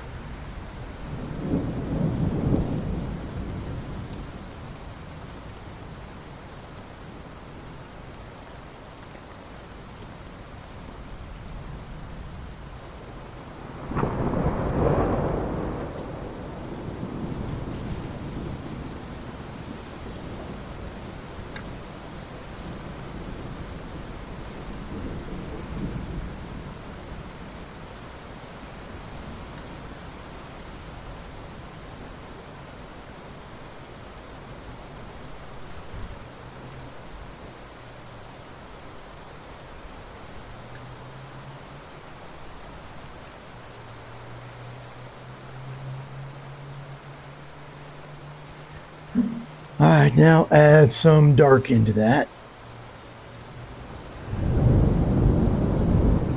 I mixed some of that yellow ochre mixture that was light into some burnt sienna. And I'm going to create some darker in that.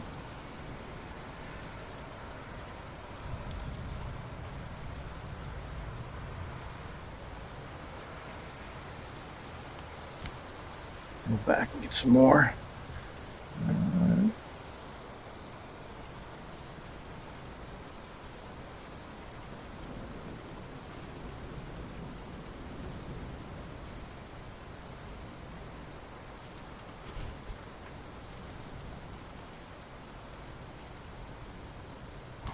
You learn how to load that brush in a way that gives you a nice sharp flat edge.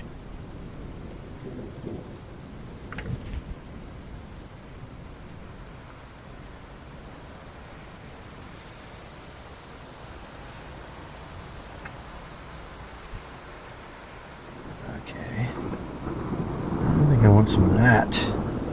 Not quite as dark.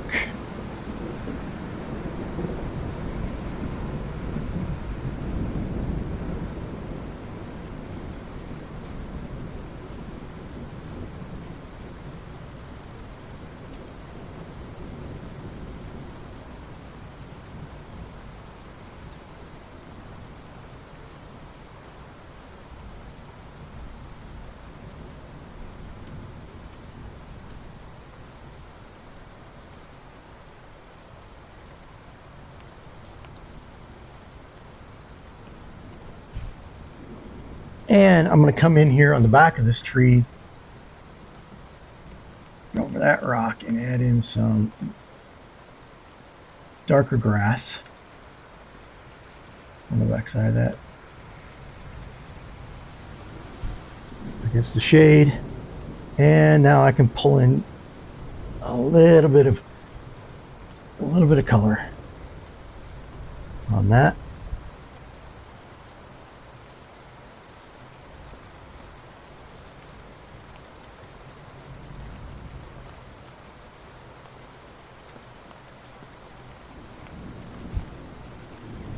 Bring in some grass right to the edge of that.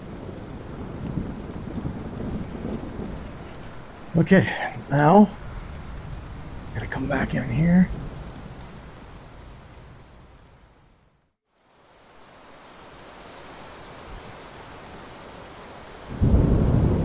What I want to do is load that brush, and I don't know if you can see that, but I make it wide and flat. See, it's flat or it's wide, and that I can then just draw nice thin lines with it on that flat edge. And then when it gets dull again, I go back and flatten it out some more.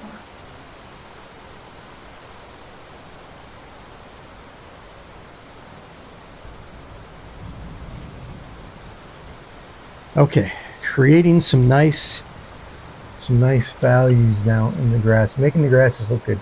That grass out in the middle, it failed, and I'll be honest, it failed because I could not build the contrast with the dirt around it. So either the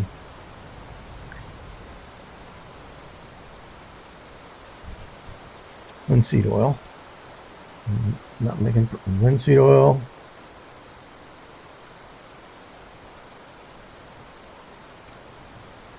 there we go. I'm getting some nice big long streaks of grass coming up there. And even if you can't see some of these, it's better that they're there. And sometimes I pull some down too, away from that tough, like there's grass laying over. All right, get my flat. Work out a good flat edge on my rigger.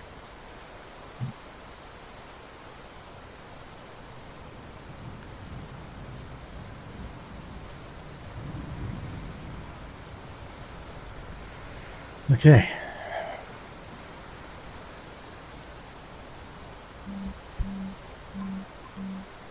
Now I can come in and just like I created some grass here, I can create grass off of this.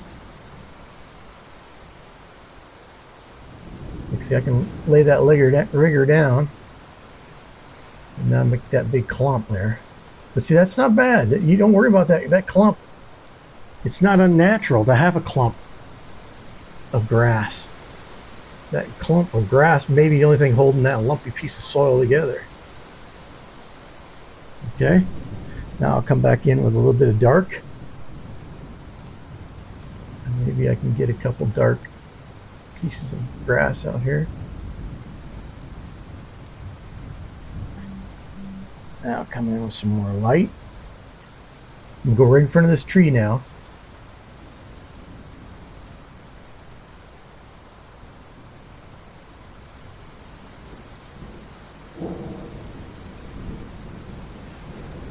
That creates depth because it puts the tree now behind the grass that I just created. And now I'm pulling this down into it.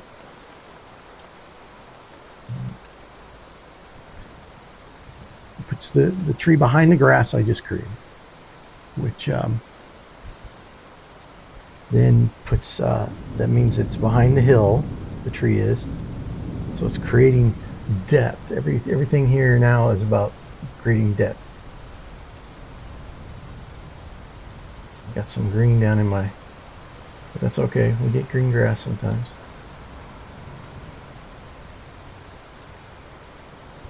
All right, I'm gonna pull in some dark now.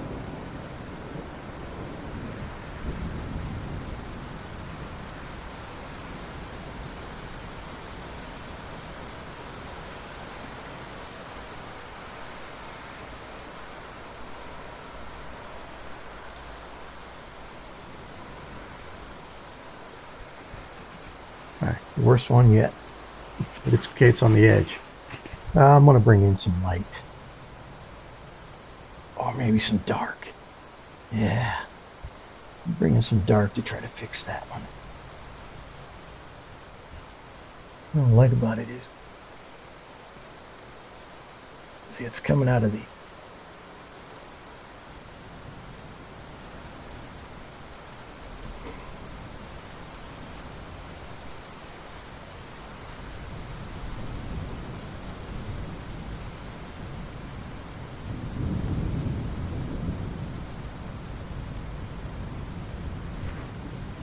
Now I can bring some of that up in here.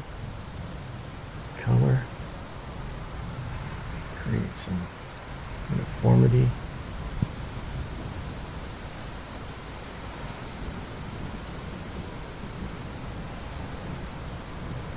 All right, wipe that off. Come in and pick up some this brilliant green here.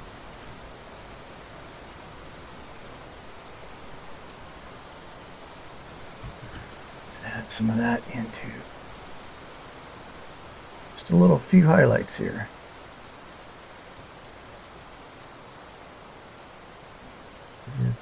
To say that there's slightly different kinds of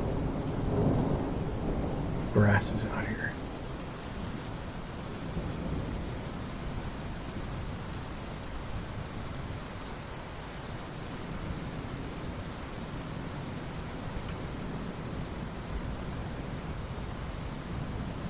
Okay.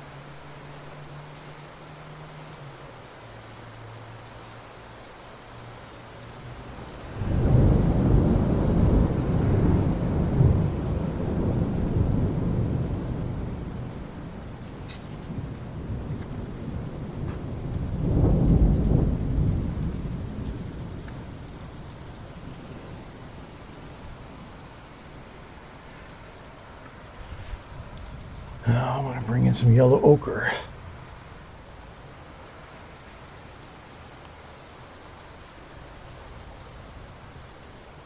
Put some yellow ochre over that.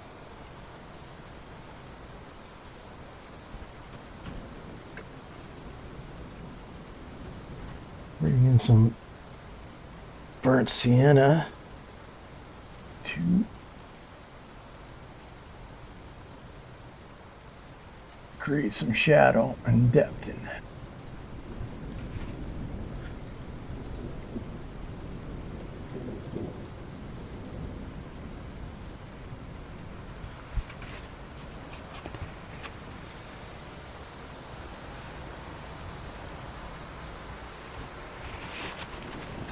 It's already starting to look better.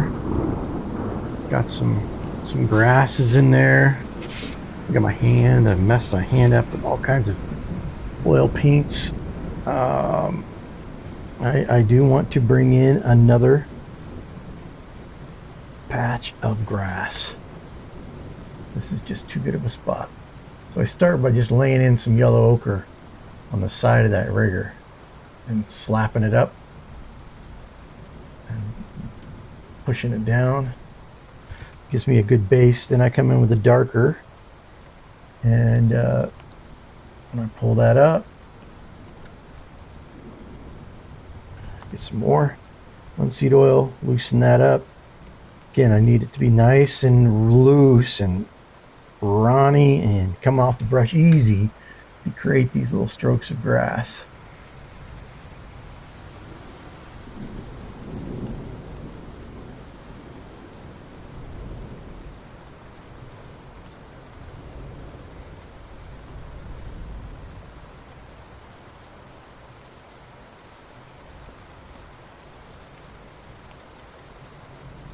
It's a color I've used elsewhere, so it's not new. All right, let's try this out. Create some nice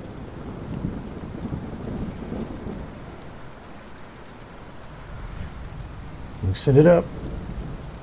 Gotta get nice and loose. Load it up.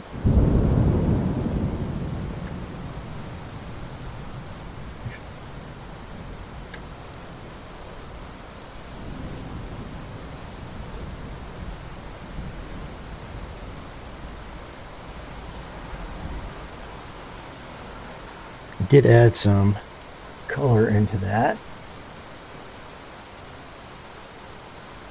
It's a good, nice complementary color because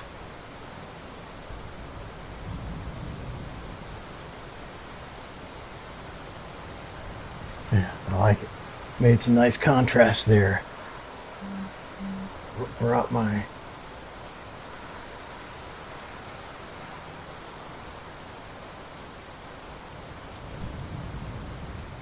load it up again.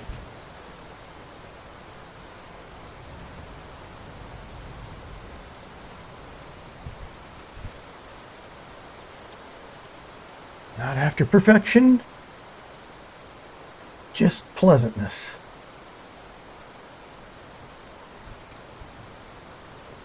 So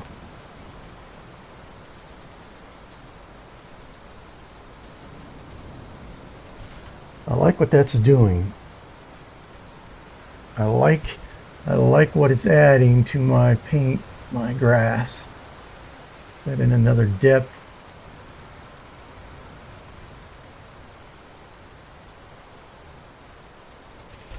Don't want to overdo that spot. Let's come back in here.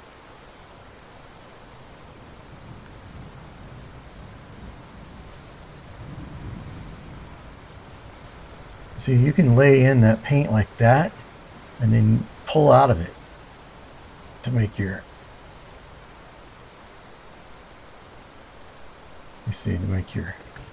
your grasses.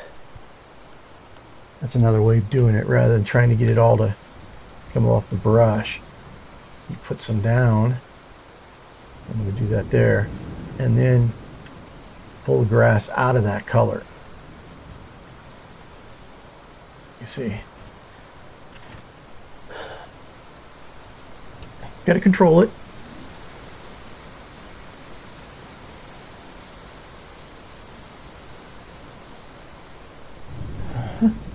Like I don't want to do that all everywhere, but I do want to get some of this light grass in there.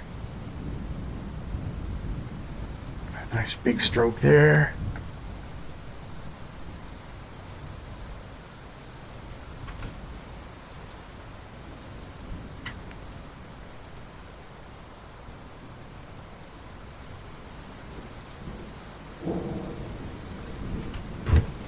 I don't know, to me, and maybe I'm completely wrong, but grass like this, no matter where you put it, adds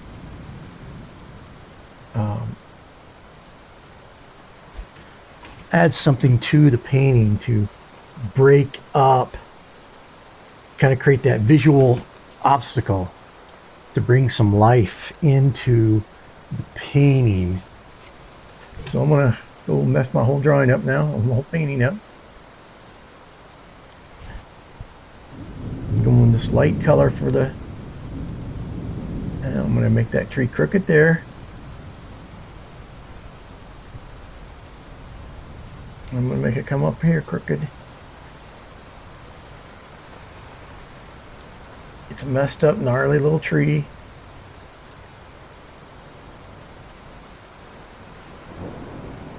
Like so.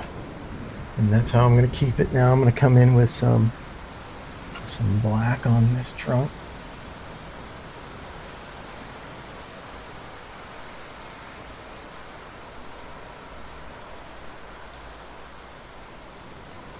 some burnt sienna to offset some of that black. This is a sickly little tree. And maybe some more burnt sienna on this bottom edge. Yeah, I like it.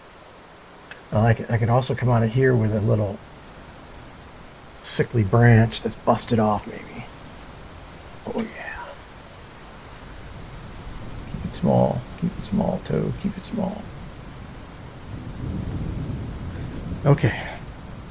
Now that looks like a gnarly. Now I'm going to put some light on that busted off branch because it's keep it. All right. There we go. Now we come in with our little brush to do. And I've got this little tiny one I just pulled out. I think it's perfect for this kind of stuff. It's a number 1 flat. And I think it's gonna do wonders on this little tree. Load that sucker up and go at it.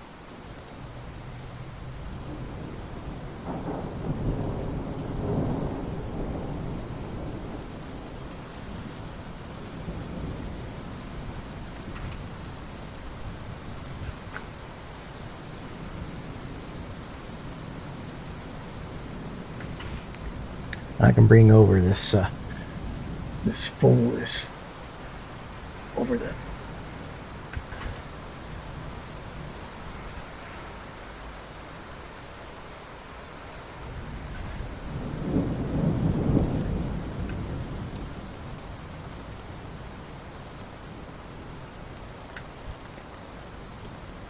Gotta be careful here. You gotta make sure you got plenty of paint.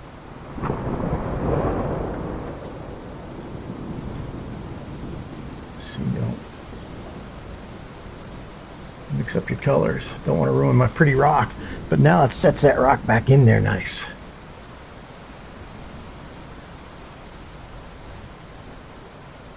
Again, this is a gnarly, messed up little guy. He's had a rough life.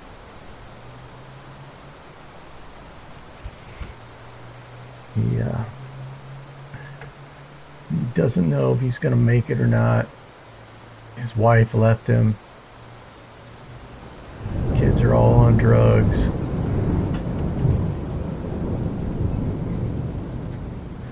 All right, now bring in some lighter green.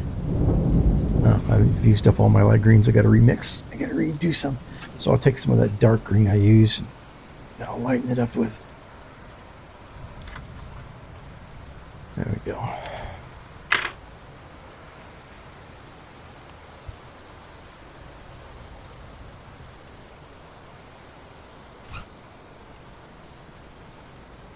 Okay.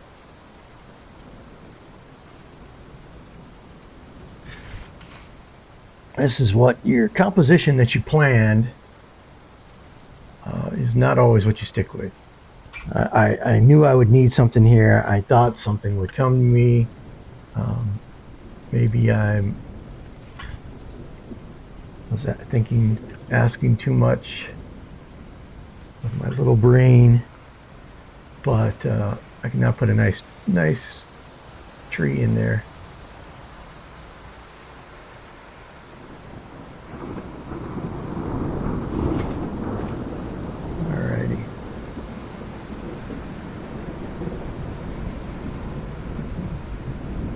Get some of that light green in where the sun's hitting it over here.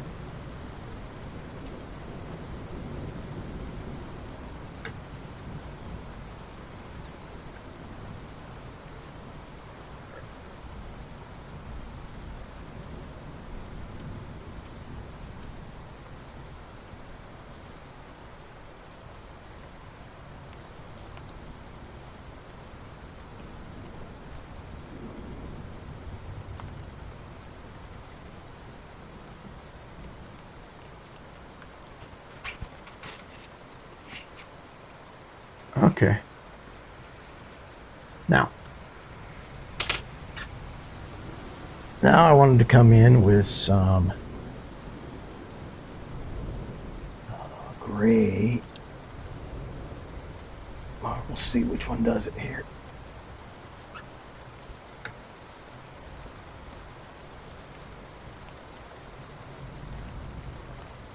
Okay.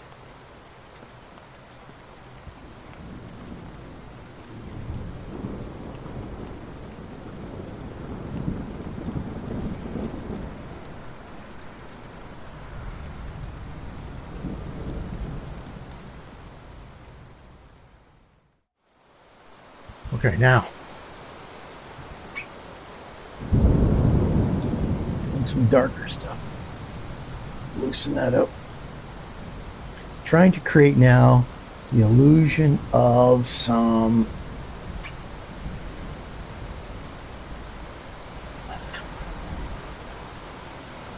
limbs in here. Some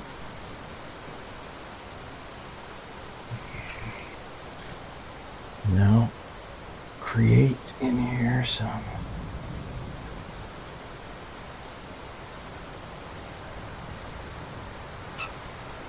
now putting some leaves in here.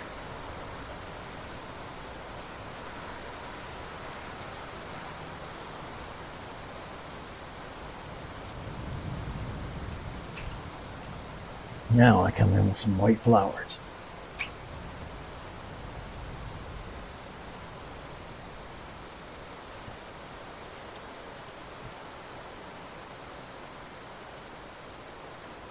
And then I'm going to go in with some yellow on top of the white smudges.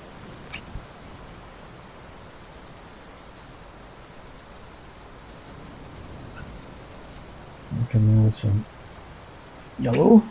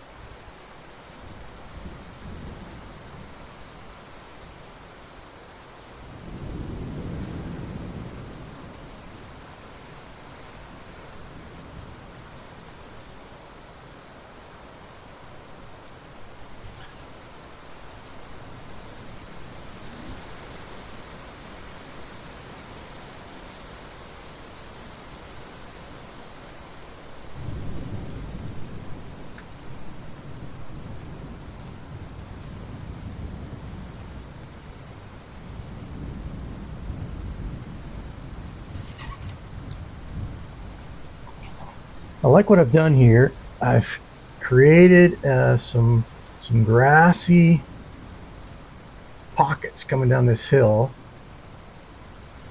and I think it works to add some flavor. And I'm talking some small grass here, nothing big,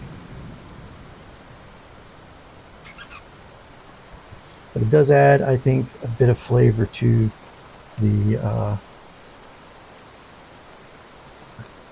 without overwhelming the picture. Now, can I add some more in? It's gonna like right in there.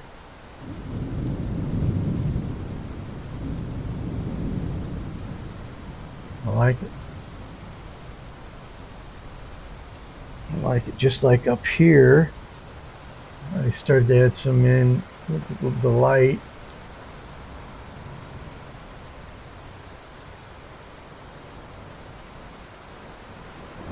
And I should have started with the dark and then come in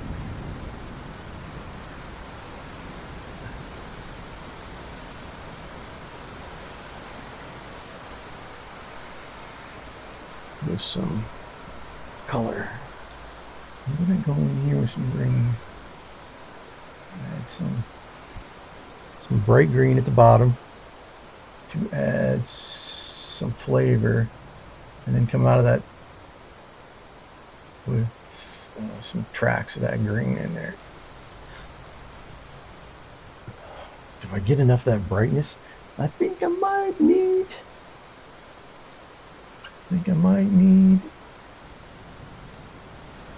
maybe some cad or yellow medium. Let's see. What does that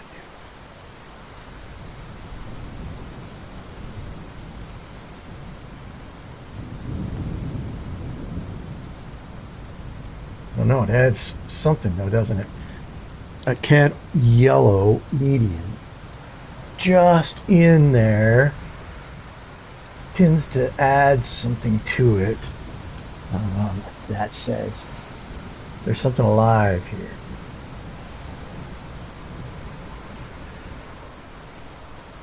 Something new, something different in here. Doesn't it? Especially down where I've got that greenery. Like there's maybe a clover or something.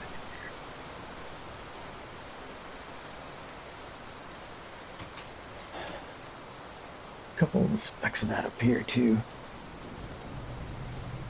Right out of the tube, not doing anything with the color, but I'm not using a lot of it either. But I think in there I might be able to go from here down.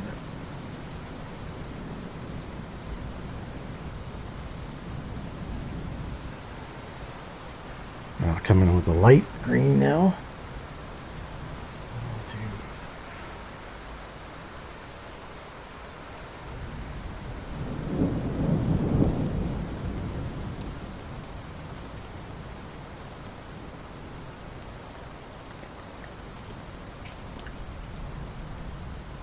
This is the closest I get to blending, usually in my paintings.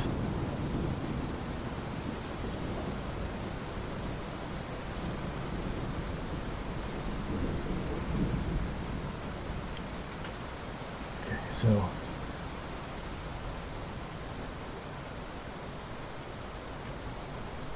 is get creative with my imagery. Create some vitality here that I didn't have planned. I just felt like doing, and it was a risk, just like my first risk with the grass here. I had to undo it. Now you don't care, right? Because it seems to be working. Now if I come in here, put some. All right. I think I want some more light green coming down off of here. Maybe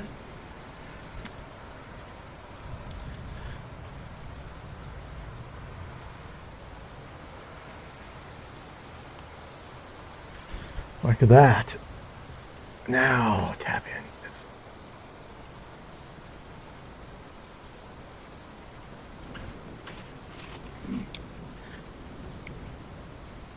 Boy. Now get some of this. Like if it's a flowering clover or something on the ground, to really bring it some life.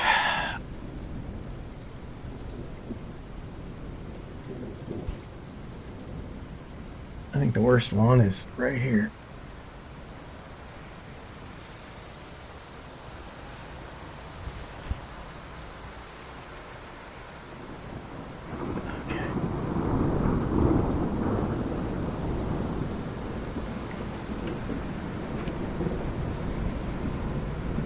Bring some dark.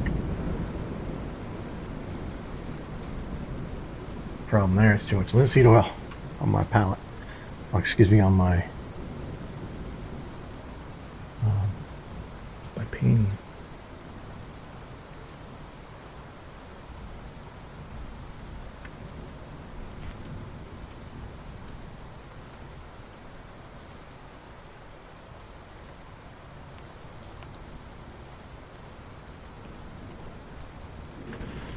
Come in with a light.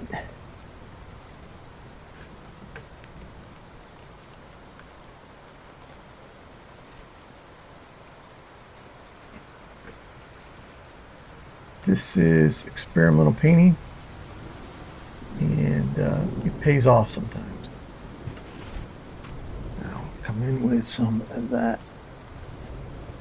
create that look of vitality on the mountain.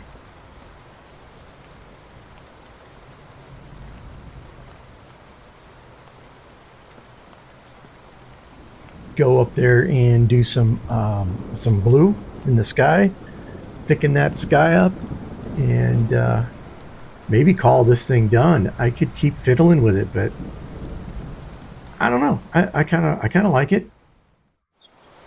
I kind of like it. Let's go for some nice deep dark blue in the sky.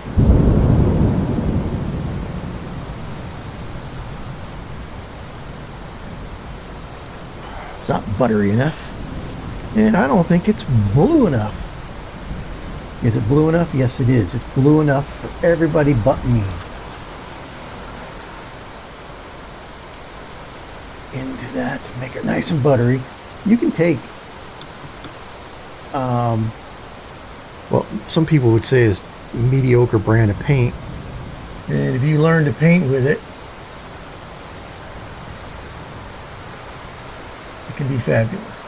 You can create masterpieces. The difference may be the ease of use. The difference may be quality of the paints as far as from batch to batch. Do you get the same, or do you have to relearn to mix it every time? That's what can happen with cheaper paints.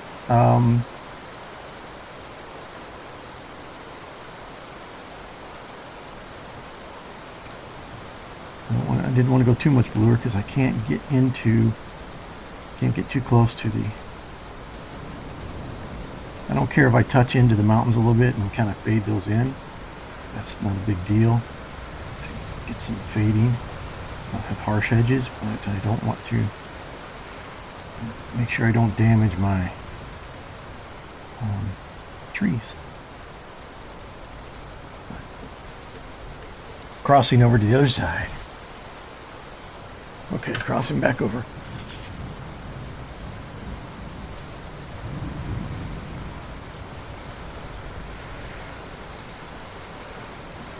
I want some nice big.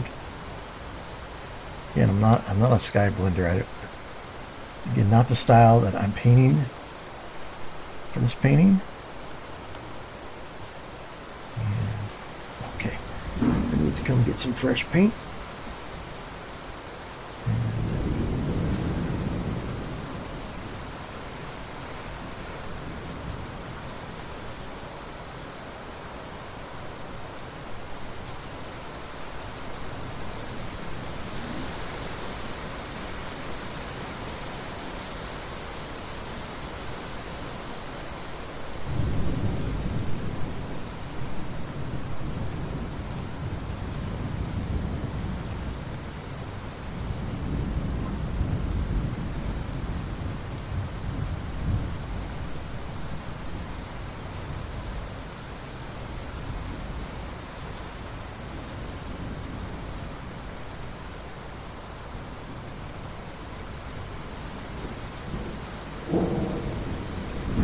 Okay, I'm gonna step back and see what I've done.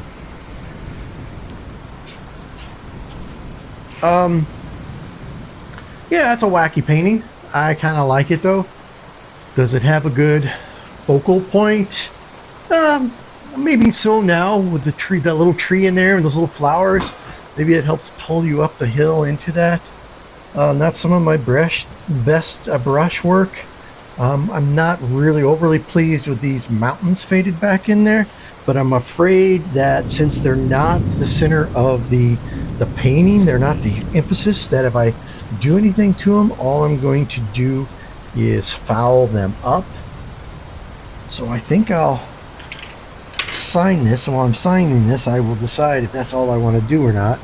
Come in with some linseed oil. I'm going to go with a nice, deep, rich burnt sienna right down here in this corner. I think that works.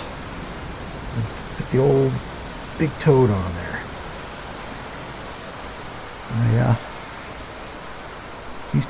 Used to sign a lot of my work with my real name,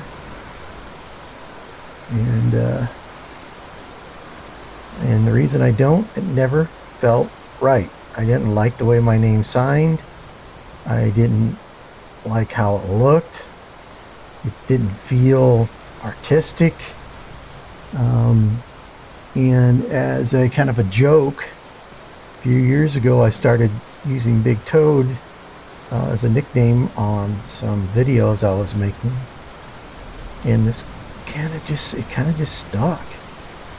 And so on the back of my paintings and my work, I will have my real name. It's not like I'm trying to hide it so much as my real name was my business name. That was the name I used to get work done, to pay the bills. Art is something different. And so Big Toad is my art name, and my real name is not Big Toad. Believe it or not, my mom didn't call me Big Toad when I was born. She called me plenty of things, but Big Toad was not one of them. Okay. Well, I hope you enjoyed this painting. I hope you learned something, picked up some skills maybe. Again, hope you enjoyed it. Thanks for coming by the studio. This is the Big Toad, and I am out.